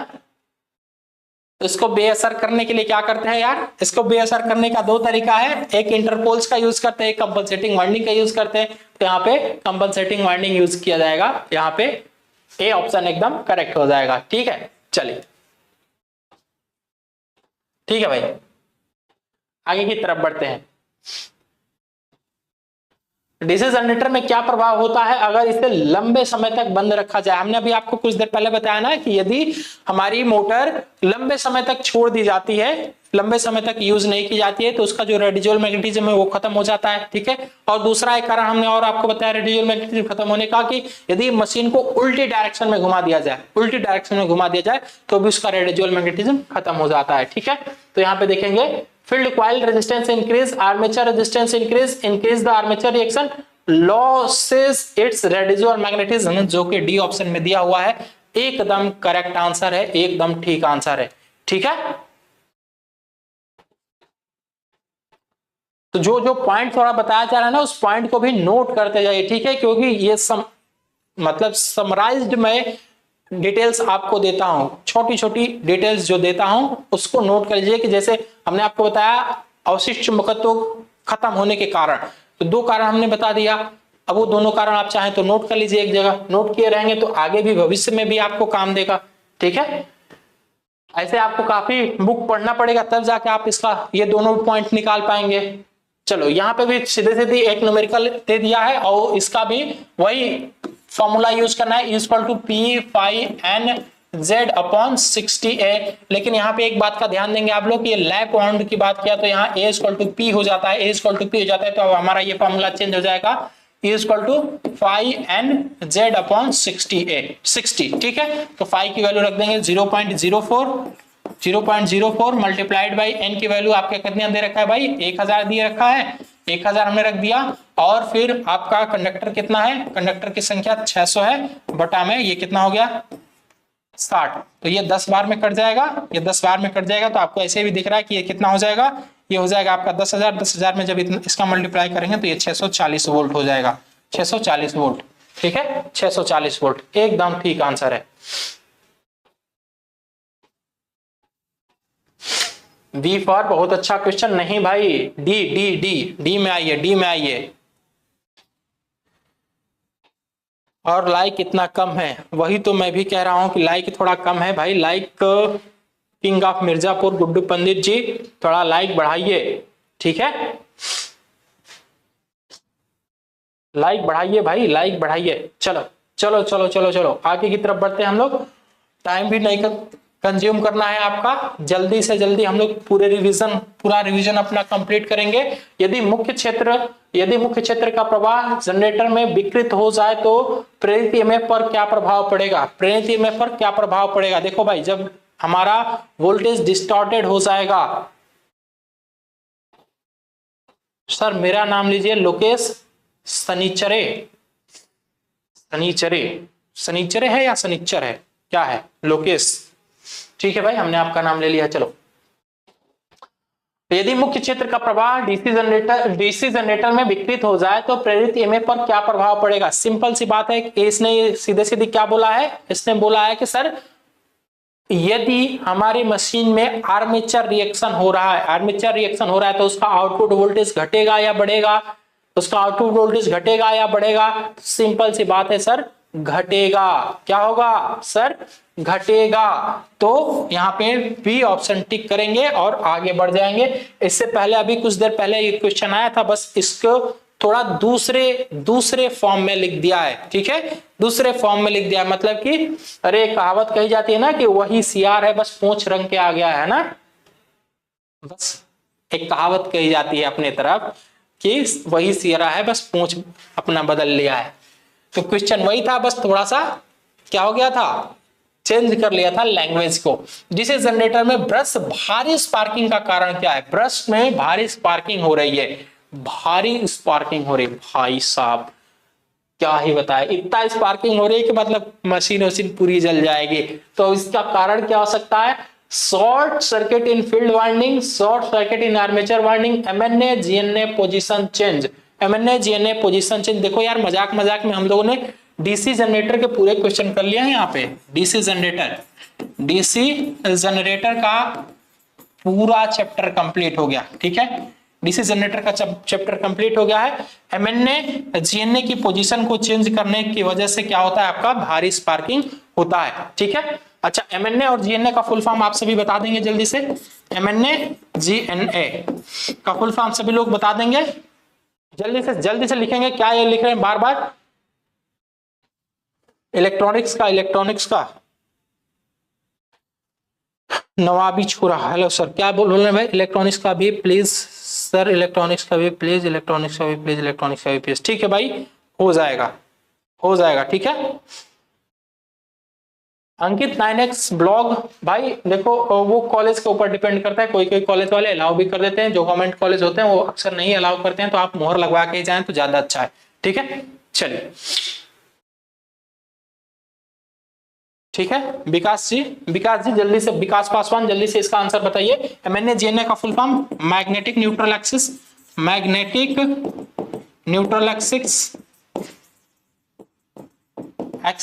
और इसका geometrical neutral axis, geometric neutral axis. ठीक है, हाँ, मैग्नेटिक न्यूट्रल एक्सिस। देखो भास्कर साहू ने आंसर दिया है, मैं सबसे पहले कमेंट किया हूं। विजय कुमार महतो का कहना है कि सर मैं बहुत पहले कमेंट किया हूं लेकिन मेरा नाम नहीं लिया। अरे भाई, नाम में क्या रखा है यार नाम में, तो यार चलो आगे बढ़ो। अब यहां से आपका स्टार्ट हो जाता है डीसी मोटर।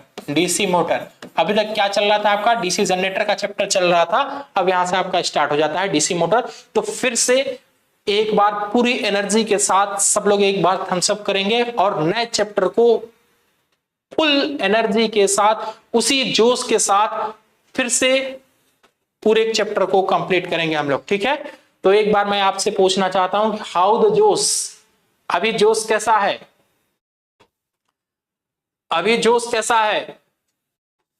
पूरा चैप्टर कंप्लीट हो जाएगा ना?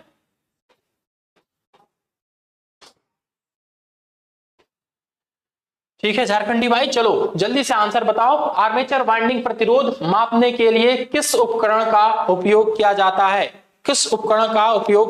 है? अरे भाई, कोई बोल ही नहीं रहा है। हाउ द जोश, हाई सर, कोई भी नहीं बोला भाई। मेरे क्या हो गया? कुछ लोग तो लिख दो। चलो, हाँ, थम्स अप आ गया। चलिए, ये बहुत अच्छी बात है। हाई सर अब आने लगा है। ठीक है।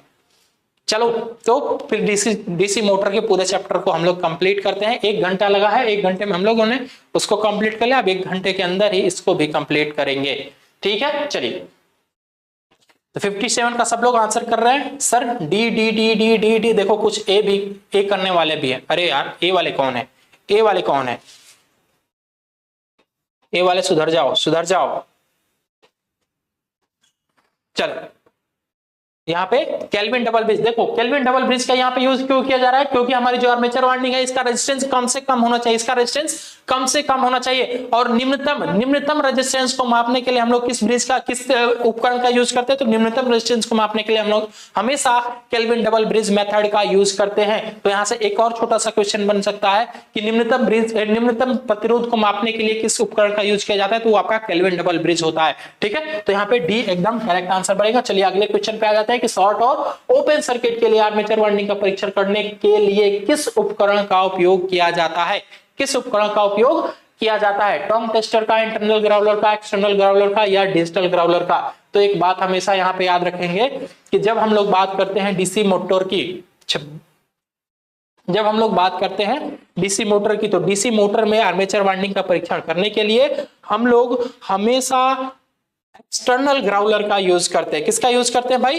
एक्सटर्नल ग्राउलर का यूज करते हैं। और जब हम लोग बात करेंगे इंडक्शन मोटर का, जब हम लोग बात करेंगे किसका, इंडक्शन मोटर का, तो इंडक्शन मोटर में हम लोग इंटरनल ग्राउलर यूज करते हैं वाइंडिंग का परीक्षण करने के लिए, ठीक है। ये दोनों बात याद है। मैंने क्या बोला, मैंने बोला कि डीसी मोटर के केस में हम लोग किसका यूज करते हैं, डीसी मोटर के केस में हम लोग यूज करते हैं सर एक्सटर्नल ग्राउलर, ठीक है, ग्राउलर। और जब हम लोग बात करते हैं इंडक्शन मोटर की 3 फेज इंडक्शन मोटर की, जब हम लोग बात करते हैं तो 3 फेज इंडक्शन मोटर में हम लोग यूज करते हैं किसका, इंटरनल ग्राउलर का, ठीक है। तो ये दोनों बात याद रखेंगे आप सभी। यहाँ पे बोला है आपसे डीसी मोटर, तो डीसी मोटर में हमारा एक्सटर्नल ग्राउलर एकदम ठीक आंसर बन जाएगा। अगले क्वेश्चन पे आ जाते हैं। डीसी मोटर का कौन सा गति नियंत्रण मेथड यहाँ पे दिया हुआ है आपके सामने, कौन सा गति नियंत्रण मेथड है भाई, कामदेव दास, बोलो बोलो भाई, बोलो बोलो बोलो। 58 का सी, अमन खान, अनीश चौहान, सन्नी कुमार, रात दिन क्लास होते रहे, हम लोग तैयार हैं। अच्छा, या बहुत जबरदस्त, देखो ऐसा एनर्जी होना चाहिए, एनर्जी लेवल इस तरीके से होना चाहिए। चलो भाई ठीक है, अच्छी बात है। यहाँ पे आ जाओ, फील्ड डाइवर्टर मेथड है या फील्ड टैपिंग मेथड है या वोल्टेज आर्मेचर मेथड या आर्मेचर डाइवर्टर मेथड। तो देखो यहाँ पे इसने क्या किया है, ये हमारा आर्मेचर है, ये हमारा आर्मेचर है, ठीक है। और इस ई आर्मेचर को इसने क्या किया है, इसी आर्मेचर को यहाँ पे डाइवर्ट कर दिया इसने इसी आर्मेचर को क्या कर दिया है, इसी आर्मेचर में आने वाले करंट को डाइवर्ट कर दिया है। तो यहाँ पे कौन सा आंसर हो जाएगा हमारा, आर्मेचर डाइवर्टर मेथड। देखिए जो आपके डीसी मोटर है ना, डीसी मोटर की स्पीड कंट्रोल करने के जितने भी मेथड हैं, सारे मेथड हमने यहाँ पे ले रखा है, ठीक है, सारे मेथड हमने यहाँ पे ले रखा है। ये आपका आर्मेचर डाइवर्टर मेथड है, आर्मेचर डाइवर्टर मेथड, ठीक है। मैं एक बार नाम लिख देता हूँ सबका, आप लोग फिगर याद रखेंगे। आर्मेचर डाइवर्टर मेथड, ठीक है। ये आपका फील्ड टैपिंग मेथड है, ठीक है। ये आपका वोल्टेज कंट्रोल मेथड है, ठीक है। ये आपका फील्ड डाइवर्टर मेथड है, फील्ड डाइवर्टर मेथड है, ठीक है। और ये आपका सीरीज पैरेलल, ये आपका क्या है भाई, सीरीज पैरेलल मेथड, ठीक है। तो ये आपके टोटल 5 मेथड होते हैं, पांचों मेथड का हमने नाम लिख दिया है और पांचों मेथड का हमने फिगर भी दे दिया है। तो आप चाहें तो इसका स्क्रीनशॉट भी लेके रख सकते हैं, क्योंकि आगे अभी फिर इसी से एक क्वेश्चन और बनने वाला है, ठीक है। चलो अगला क्वेश्चन पे आ जाते हैं कि डीसी फील्ड कॉइल के लिए किस वाइंडिंग तार का उपयोग किया जाता है, किस वाइंडिंग तार का उपयोग किया जाता है। तो हम लोग हमेशा इसमें सुपर इनेबल्ड कॉपर वायर का यूज करते हैं, ठीक है। जल्दी से आंसर करेंगे आप सभी, तब तक मैं थोड़ा पानी पी लेता हूं, ठीक है। देखो अभी कुछ लोगों को नाम भी नहीं पता है,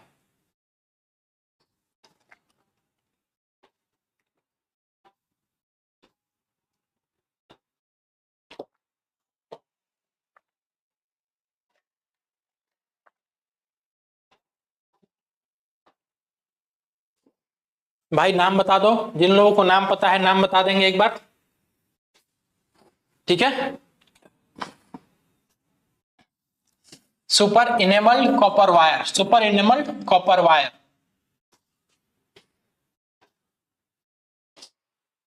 ठीक। सुपर इनेबल कॉपर वायर का हम लोग यूज करते हैं।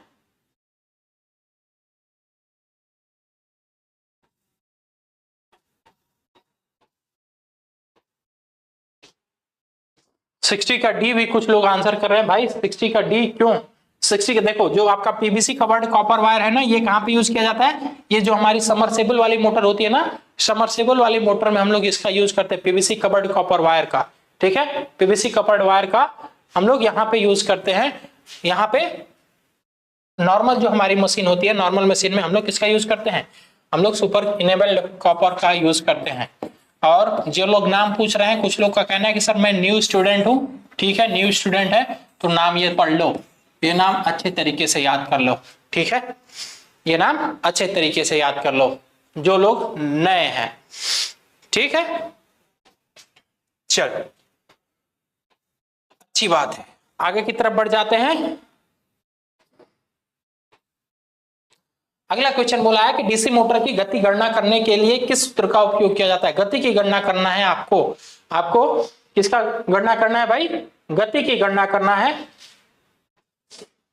भाई आशीर्वाद सबके लिए बना हुआ है, बस आप ईमानदारी से पढ़ाई किए रहेंगे तो सबका आशीर्वाद उस दिन काम करेगा। यदि आप ईमानदारी से नहीं पढ़ाई किए रहेंगे, देखो यार मेरी एक बड़ी खराब आदत है, मैं जो भी होता है ना एकदम फैक्ट बोल देता हूं, तो कुछ देर के लिए लोगों को बातें हमारी खराब लगती है, लेकिन जो हकीकत है वो है।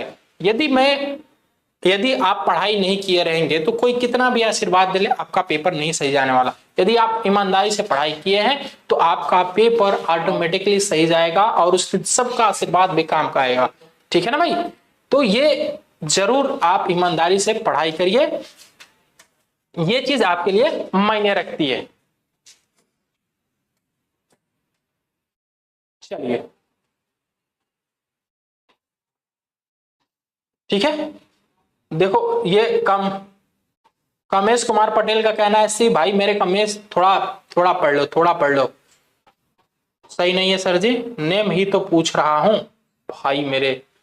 अरे मोहित कुमार, क्या बहुत बड़ी गलती हो गई? माफी चाहता हूं महाराज आपसे, यदि आपने कुछ पूछा हमने बताया इसके बाद भी मैं नहीं अच्छा हूं तो माफी चाहता हूं सर, माफ करिए हमें, ठीक है। चलिए आगे बढ़ते हैं। डीसी मोटर की गति की गणना करने के लिए किस सूत्र का उपयोग किया जाता है भाई? सभी को पता होगा, एन इक्वल टू क्या होता है? एन इक्वल टू होता है आपका A B upon five, A B upon के फाइव होता है, ठीक है। यदि के नहीं दिया हुआ तो कोई बात नहीं, ए बी अपॉन फाइव एकदम ठीक आंसर है, एकदम ठीक आंसर है। चलो आगे की तरफ बढ़ जाए हम लोग, आगे की तरफ कूच करें। अरे क्या सेना तैयार है आगे की तरफ कूच करने के लिए? चलो चलो चलो चलो चलो। 4 पोल डीसी मोटर के आर्मेचर में डुप्लेक्स लैप वाइंडिंग में कितने समांतर पथ होते हैं? देखो यहाँ पे भी डुप्लेक्स की बात कर दिया है, यहाँ पे भी इसने किसकी बात कर दिया भाई? डुप्लेक्स की बात कर दिया है। तो देखिए भाई, जब भी आपके डुप्लेक्स की बात करेगा तो सीधी सीधी फॉर्मूला याद रखेंगे। देखो मैं इधर लिख देता हूं, सिंप्लेक्स के लिए, सिंप्लेक्स के लिए आपका फॉर्मूला होता है ए इक्वल टू पी, ठीक है। डुप्लेक्स के लिए होता है आपका, डुप्लेक्स के लिए होता है ए इक्वल टू 2p, ठीक है। ट्रिप्लेक्स के लिए क्या हो जाता है भाई? ट्रिप्लेक्स के लिए फॉर्मूला बनता है ए इक्वल टू 3p, ठीक है। और क्वाड्रुप्लेक्स के लिए फॉर्मूला आपका बन जाता है ए इक्वल टू 4p, ठीक है। जहां पे p क्या है? ये है आपका number of pole, number of pole, ठीक है। तो ये फॉर्मूला में पुट करेंगे, आपका आंसर कितना निकल आएगा? 8 निकल आएगा, जो कि एकदम करेक्ट आंसर है। ए इक्वल टू क्या हो जाएगा? 2 मल्टीप्लाइड बाई पी, तो 2 गुने 4 करेंगे तो यहां से कितना आ जाएगा? 8 आ जाएगा, जो कि एकदम ठीक आंसर है। चलो भाई आगे की तरफ बढ़ जाते हैं, अगला क्वेश्चन देखते हैं हम लोग। अरे भाई क्या हो गया? अगला क्वेश्चन आ जाओ। हाँ, डीसी मोटर में आर्मेचर के घूमने की दिशा कौन सा नियम निर्धारित करता है? आर्मेचर के घूमने की दिशा आर्मेचर के घूमने की दिशा कौन निर्धारित करता है? तो ये हमने अभी कुछ देर पहले आपको बताया। देखो डीसी जनरेटर और डीसी मोटर में थोड़ा सा याद करने में मतलब एक कंफ्यूजन बन जाता है। तो मैं एक छोटा सा ट्रिक बताता हूं, इसको याद कर लीजिए। मुझे बताना इतना कि जब भी जनरेटर को स्टार्ट करना रहता है तो आप हैंडल लगाते हो तो किस हाथ से घुमाते हो? दाहिने हाथ से घुमाते हो ना, दाहिने हाथ से घुमाते हो, सबको याद होगा। ऐसे हैंडल लगाया और ऐसे फटाफट फटाफट चालू किया, ठीक है। तो दाहिने हाथ से घुमाया आपने, तो इस वजह से जनरेटर में कौन सा नियम लग जाता है? फ्लेमिंग का दाहिने हाथ का नियम, ठीक है। और मोटर में कौन सा लगेगा? मोटर में आपका बाएं हाथ का नियम लगेगा, ठीक है। तो एक का यदि कंफर्म हो गया कि सर एक में हमारा दाहिने हाथ का नियम लग रहा है, तो दूसरे में ऑटोमेटिक कंफर्म हो जाएगा कि बाकी जो बच रहा है वो हमारा हो जाएगा कौन सा? मोटर का। तो यहाँ पे फ्लेमिंग लेफ्ट हैंड रूल एकदम ठीक आंसर बनेगा, यहाँ पे फ्लेमिंग लेफ्ट हैंड रूल, ठीक। चलिए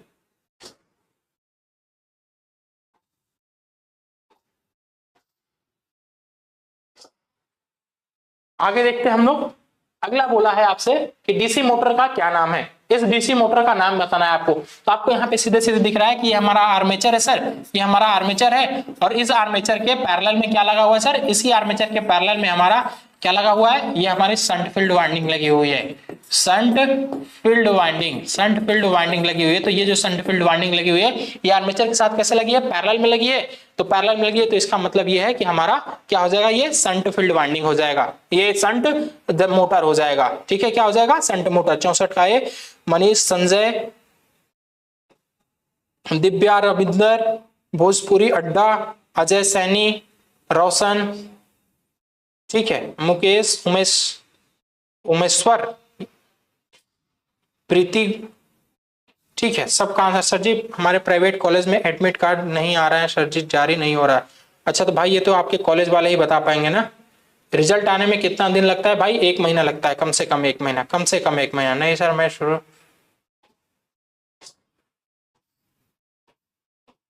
पढ़ा आपके चैनल पर, आज नया आया मुझे आपका नाम। भाई मेरे जब आप चलो इतना ज्यादा यदि कमेंट पढ़ने लगेंगे तो फिर ये आपका डिले होने लगेगा, तो इसलिए उधर हमें नहीं ध्यान देना है। यहाँ पे सीधे सीधे हमारा डीसी शंट मोटर हो जाएगा। मोहित भाई पढ़ाई आप चाहे जहां से करो, देखो यार नाम से बहुत ज्यादा मतलब नहीं रहता है, सीधे सीधे आपको मतलब ये रहना चाहिए कि हम कहाँ से पढ़ रहे हैं और क्या पढ़ रहे हैं, क्या पढ़ रहे हैं, ठीक है। जो पढ़ाने वाला है वो अच्छा पढ़ा रहा है नहीं पढ़ा रहा है ये चीज मायने रखता है। उसका नाम क्या है नहीं है छोड़ो ना भाई, बाद में नाम भी जान लेंगे, नाम में क्या रखा है। भाई मेरे रविंदर जी यार देखिए अब इसमें यदि एडमिट कार्ड नहीं जारी हो रहा है तो ये आपके कॉलेज का कुछ फॉल्ट हो सकता है, ठीक है रविंदर। एक बार आप नंबर पे कॉल कर लीजिए, ठीक है, जो ग्लोबल ITI का नंबर है उस पर एक बार आप कॉल कर लीजिए, पूछ सकते हैं आप। चलो डीसी मोटर में करंट की दिशा किस नियम से निर्धारित की जाती है? डीसी मोटर में करंट की दिशा किस नियम से निर्धारित की जाती है? चलो अगले क्वेश्चन पे आ जाए भाई, ठीक है। अब इधर उधर की बात नहीं, अब सीधे सीधे अपने पॉइंट पे आ जाते हैं, ठीक। भोजपुरी अड्डा भाई मैंने बोला तो था, आंसर बताओ जल्दी से 65 का आंसर बताओ।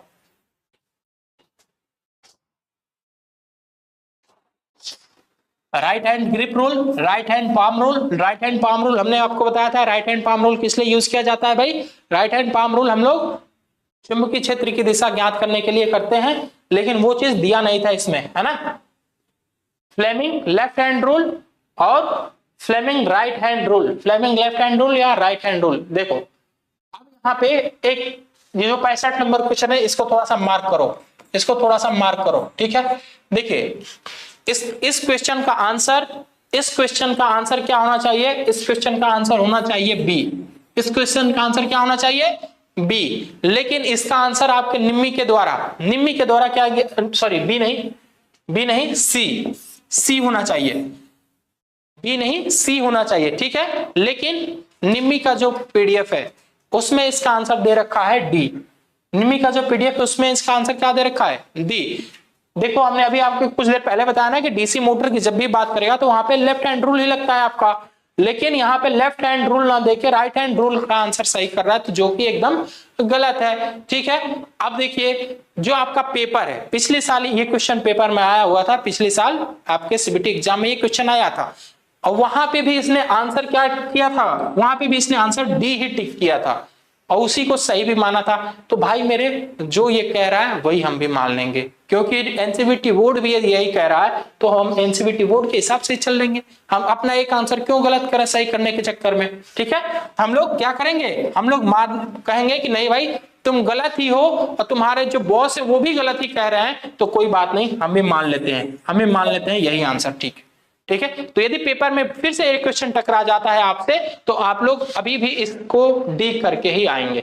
ठीक, इसको पेपर में डी करके ही आएंगे, लेकिन याद रखेंगे कि इसका करेक्ट आंसर सी होगा। इसका करेक्ट आंसर क्या होगा, सी होगा। ठीक है, ठीक है भाई, ये कंफ्यूजन दूर हो रहा है क्या, ये कंफ्यूजन दूर हो रहा है क्या सभी लोगों का, बोलो बोलो जल्दी से।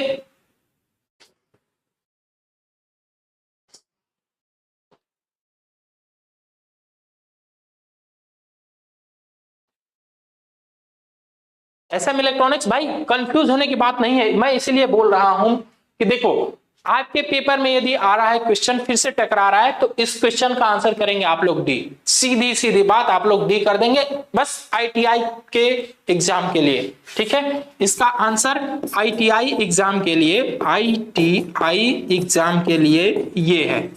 ठीक है, और कॉम्पिटिटिव के लिए, इसके बाद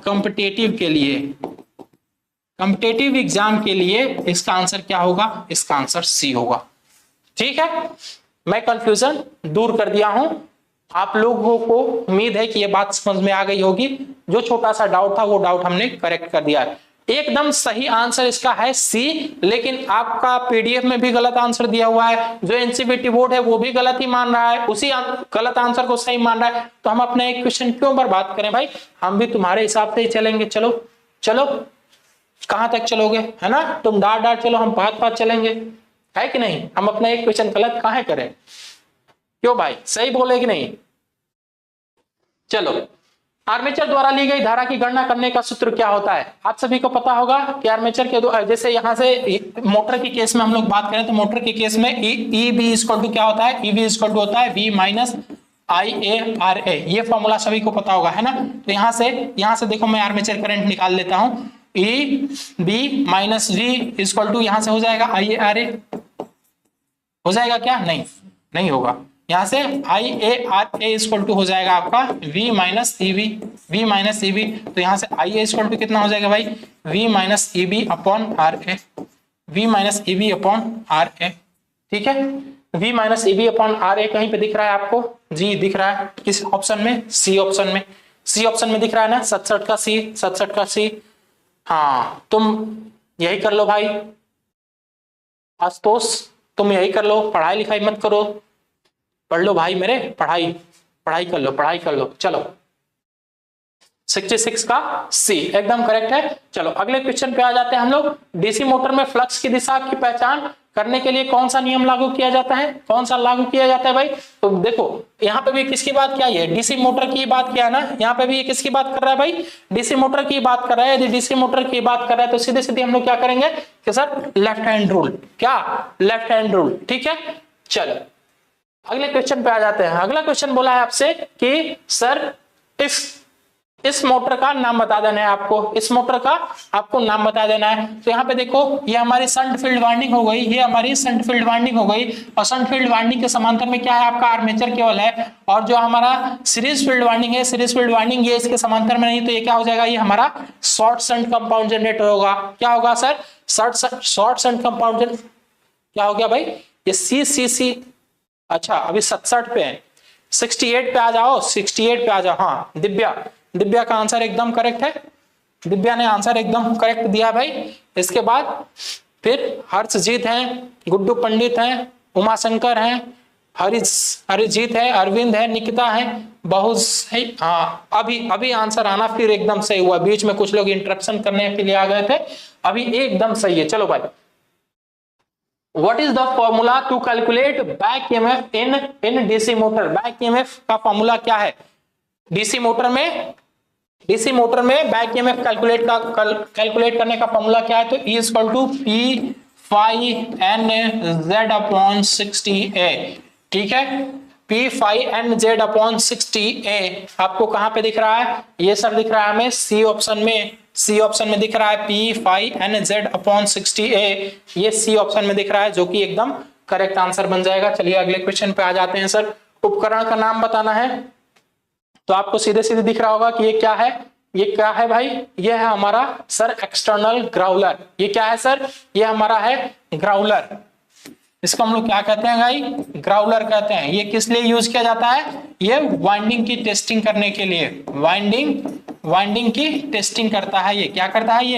ये हमारे वाइंडिंग की टेस्टिंग करता है सर। ठीक है, ठीक है, चलिए, हाँ एकदम करेक्ट। क्या हो गया भाई? कुछ लोग सी, कुछ लोग डी। सी डी में क्यों कंफ्यूज हो? सी डी में कंफ्यूज क्यों हो यार? अभी हमने भाई यार क्या ही बताया तुम लोगों को। अभी हमने आपको बताया कि देखो, जब भी बात करेगा डीसी मोटर की, जब भी बात करेगा किसकी? डीसी मोटर की, तो डीसी मोटर में जो हमारा ग्राउलर यूज होता है वो कौन सा होता है? वो होता है आपका एक्सटर्नल ग्राउलर। ठीक है, और जब बात करेगा आपका थ्री फेज इंडक्शन मोटर की बात करेगा, तो उस समय हम लोग इंटरनल ग्राउलर यूज करते हैं। ठीक है ना, इंटरनल ग्राउलर। एसी, अरे DC three phase induction motor ये कौन सी मशीन है? ये एसी मशीन है। तो सीधी सीधी ऐसे याद रखो कि एसी के केस में हमारा इंटरनल आएगा, डीसी के केस में हमेशा आपका एक्सटर्नल ही रहेगा। ठीक है ना, तो यहाँ पे डी एकदम ठीक आंसर। जितने लोग डी वाले हैं एकदम ठीक है, बाकी लोग थोड़ा सा ध्यान देंगे। ठीक है, चलो भाई। राहुल देव डी एकदम। उज्जवल ठाकुर ठीक है, मार्शल एकदम करेक्ट आंसर है भाई। चलिए अगले क्वेश्चन। देखो यहाँ पे हमने ले लिया है ग्राउलर, ये आपका एक्सटर्नल ग्राउलर है। ठीक है, वहां पे थोड़ा कम दिख रहा था, यहाँ पे एकदम क्लीन दिख रहा है। ये देखिए यहाँ पे ये जो दिख रहा है ना, ये दांतेदार आपको जो ब्लेड दिख रही है, ये दांतेदार ब्लेड, ये इसका यूज हम लोग कहाँ पे करते हैं? इसका यूज हम लोग करते हैं शॉर्ट सर्किट टेस्ट के लिए। ठीक है, शॉर्ट सर्किट टेस्ट के लिए। और जहां पे आपको ये मिली वोल्ट लगा हुआ दिख जाएगा, जहां पे ये आपको मिली वोल्ट लगा हुआ दिख जाएगा, तो इसका यूज हम लोग किस लिए करते हैं? इसका यूज हम लोग करते हैं ओपन कॉइल टेस्ट के लिए। ओपन कॉइल टेस्ट के लिए ये देखते हैं कि हमारा कहीं पे कॉइल जो है वो ओपन तो नहीं है, और ये शॉर्ट कॉइल टेस्ट के लिए इसको कॉइल लिख सकते हो। ठीक है, शॉर्ट कॉइल टेस्ट मतलब कोई भी कॉइल हमारी यदि शॉर्टेड है तो उसका टेस्टिंग हम लोग इसके द्वारा करते हैं, और कोई भी हमारी कॉइल ओपन है तो उसका टेस्ट हम लोग इसके द्वारा करते हैं। ठीक है, चलिए आगे की तरफ आ जाते हैं। यदि कॉइल पिच पोल पिच से कम है तो वाइंडिंग का नाम क्या है? यदि कॉइल पिच पोल पिच से कम है तो वाइंडिंग का नाम आपसे पूछा है, तो सीधी सीधी बात है कि जो हमारा कॉइल पिच है ना, यदि हमारा कॉइल पिच किससे बोला है? पोल पिच से कम है। Coil pitch is less than pole pitch. Coil pitch is less than pole pitch है, तो इसका मतलब हो जाएगा कि हमारी शॉर्ट पिच वाइंडिंग हो जाएगी। शॉर्ट पिच वाइंडिंग हो जाती है। ठीक है, और यदि हमारा जो कॉइल पिच है,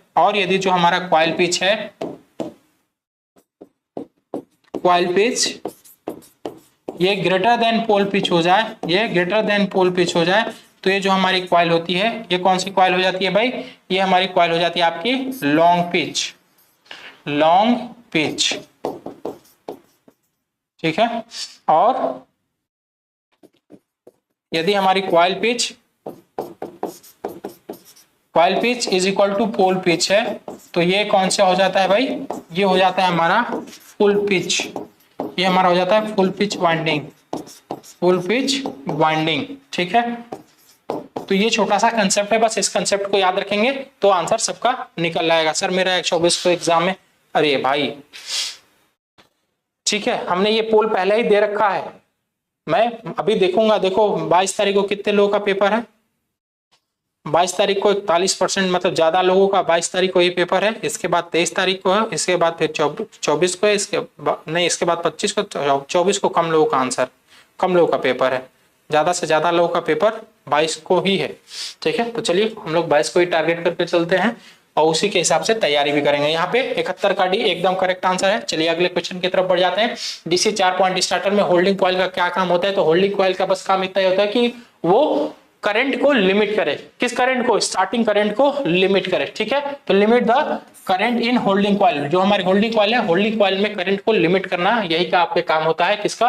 उसमें 4 पॉइंट स्टार्टर में होल्डिंग कॉइल का, ठीक है। चलो, डीसी सीरीज मोटर की किस गति नियंत्रण विधि का उपयोग इलेक्ट्रिक ट्रेन के लिए किया जाता है? किस, देखो अभी हमने आपको कुछ देर पहले दिखाया था कि डीसी सीरीज मोटर का स्पीड कंट्रोल करने का कौन कौन सा मेथड है। टोटल 5 मेथड हमने आपको पीछे बताया था और पांचों का फिगर भी आपको दिखाया था, ठीक है। उसी में से कोई एक मेथड यहाँ पे भी यूज किया जाता है। किसके लिए? इलेक्ट्रिक ट्रेन में स्पीड को कंट्रोल करने के लिए, इलेक्ट्रिक ट्रेन में स्पीड को कंट्रोल करने के लिए। तो कौन सा मेथड वहां पे यूज किया जाता है? तो वहां पे हमारा यूज किया जाता है फील्ड डाइवर्टर मेथड। कौन सा? फील्ड डाइवर्टर मेथड, ठीक है। चलिए, हाँ एकदम करेक्ट। जितने लोग भी 73 का ए दे रहे हैं एकदम करेक्ट आंसर है। देखो 73 का कोई सी भी दे रहा है भाई मेरे, मतलब एक एक देखो, म्यूजिक नाम का जो है ये सी आंसर कर रहा है। फिर इधर सुजीत कुमार है, ये भी सी आंसर कर रहे हैं। भाई क्या हो गया, क्या हो गया दोस्त? मार्शल हेम्ब्रेम का आंसर एकदम करेक्ट है। एसएससी जीडी नितेश मौर्य साक्या जी, ठीक है। Orphan it to. चलो भाई, फील्ड कॉइल को डीसी 3 पॉइंट स्टार्टर में होल्डिंग कॉइल के साथ श्रृंखला में क्यों जोड़ा जाता है? श्रृंखला में क्यों जोड़ा जाता है? श्रृंखला में जोड़ने के पीछे, सर आज से तैयारी 22 को एग्जाम है, पास हो जाऊंगा? अरे भाई अब देखो, इसी पे यदि मैं, ठीक है, बफरिंग हो रहा था, अभी करेक्ट, अभी सही हो गया है।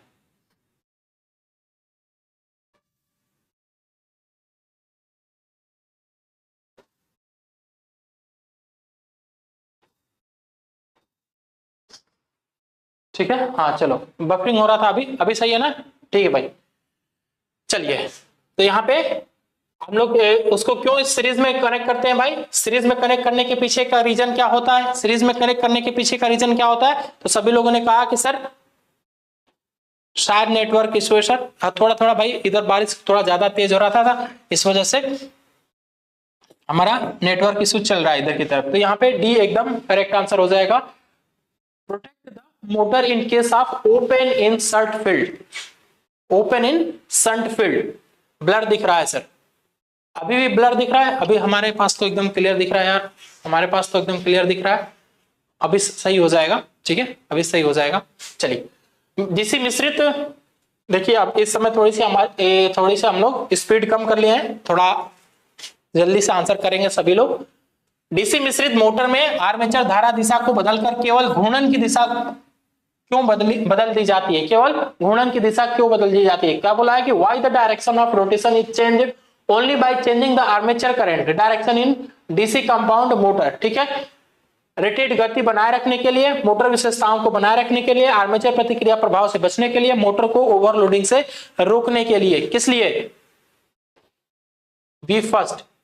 विजय कुमार महतो का कहना है कि सर हमने आंसर पहले दिया, लेकिन उससे पहले भी किसी ने आंसर दे दिया था, ठीक है भाई। चले, टेक बंटी कुमार, पंचम चंदा कुमारी, ठीक है, संतोष, सब लोग answer B B B B एकदम करेक्ट, एकदम करेक्ट, बहुत जबरदस्त, बहुत जबरदस्त। मेंटेन मोटर का स्टेशन, मोटर विशेषताओं को बनाए रखने के लिए हम लोग केवल क्या कर देते हैं? केवल करंट की डायरेक्शन को रोटेट कर देते हैं, ठीक है, चेंज कर देते हैं, सॉरी रोटेट मैं बोल रहा हूं, चेंज कर देते हैं।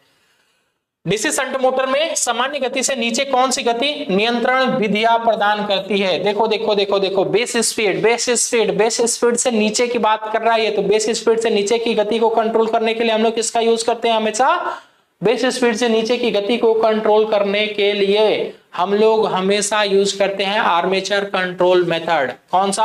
आर्मेचर कंट्रोल मेथड, ठीक है। और एबव द बेस स्पीड के लिए हम लोग हमेशा यूज करते हैं, एबव द बेस स्पीड के लिए हम लोग हमेशा यूज करते हैं sir field control method, field control method, ठीक है। चलो, तो यह आपका फील्ड कंट्रोल मेथड है ना, इसका यूज हम लोग अबव द बेस स्पीड के लिए करते हैं। चलिए अगले क्वेश्चन पे आ जाते हैं हम लोग कि उद्योगों में डीसी मोटर को शुरू करने के लिए स्टार्टर क्यों आवश्यक है। उद्योगों में डीसी मोटर को स्टार्ट करने के लिए स्टार्टर क्यों लगाए जाते हैं। स्टार्टर क्यों लगाए जाते हैं पवन कुमार भाई, हसीब खान। देखो एक काम करिए आप लोग, ग्लोबल आईटीआई का टेलीग्राम चैनल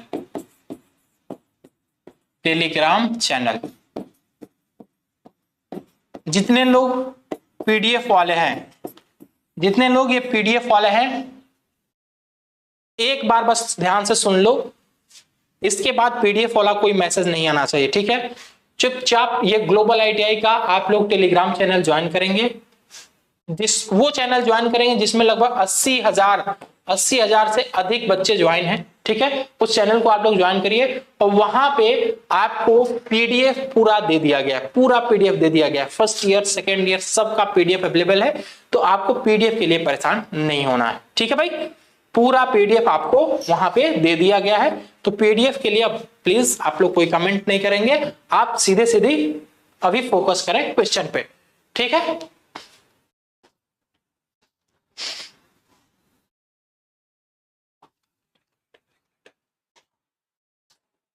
ठीक है भाई, चलिए अगले क्वेश्चन पे आ जाते हैं हम लोग। ये क्वेश्चन हो गया क्या, ये क्वेश्चन हो गया नहीं, 77 कब तक क्लास चलेगा सर। और मुझे लग रहा है कि आधे घंटा में हम लोग, आधे घंटा में और क्लास को कंप्लीट कर लेंगे, ठीक है। चलिए तो इसका आंसर सभी लोगों ने कर दिया है, हाँ सब लोगों ने बी। सर मेरा नाम ले लीजिए, एक्टर शरद कच्चर। ये भाई यार कच्चर हम नहीं समझ पा रहे हैं, ये कच्चर मतलब कुछ लोगों, कई लोगों का मैं, ठीक है।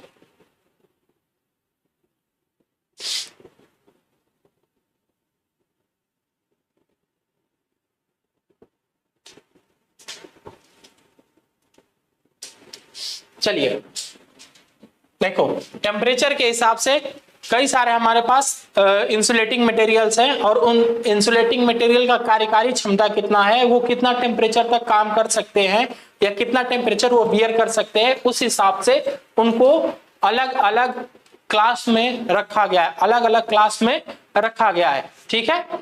तो उस क्लास को मैं एक बार आपको यहाँ पे दिखा देता हूं, एक बार आप ये क्लास देख लेंगे, बहुत ज्यादा, ठीक है।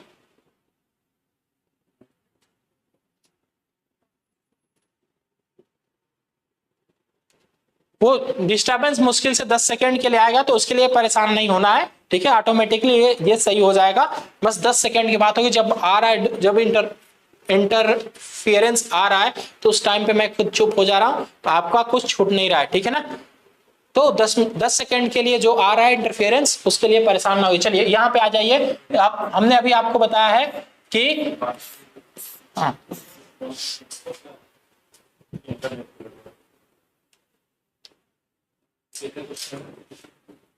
77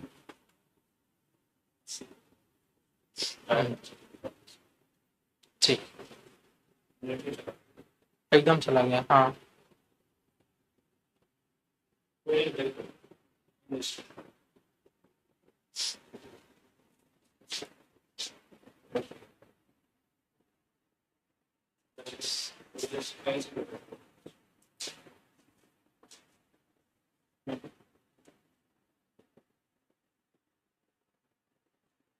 एक मिनट।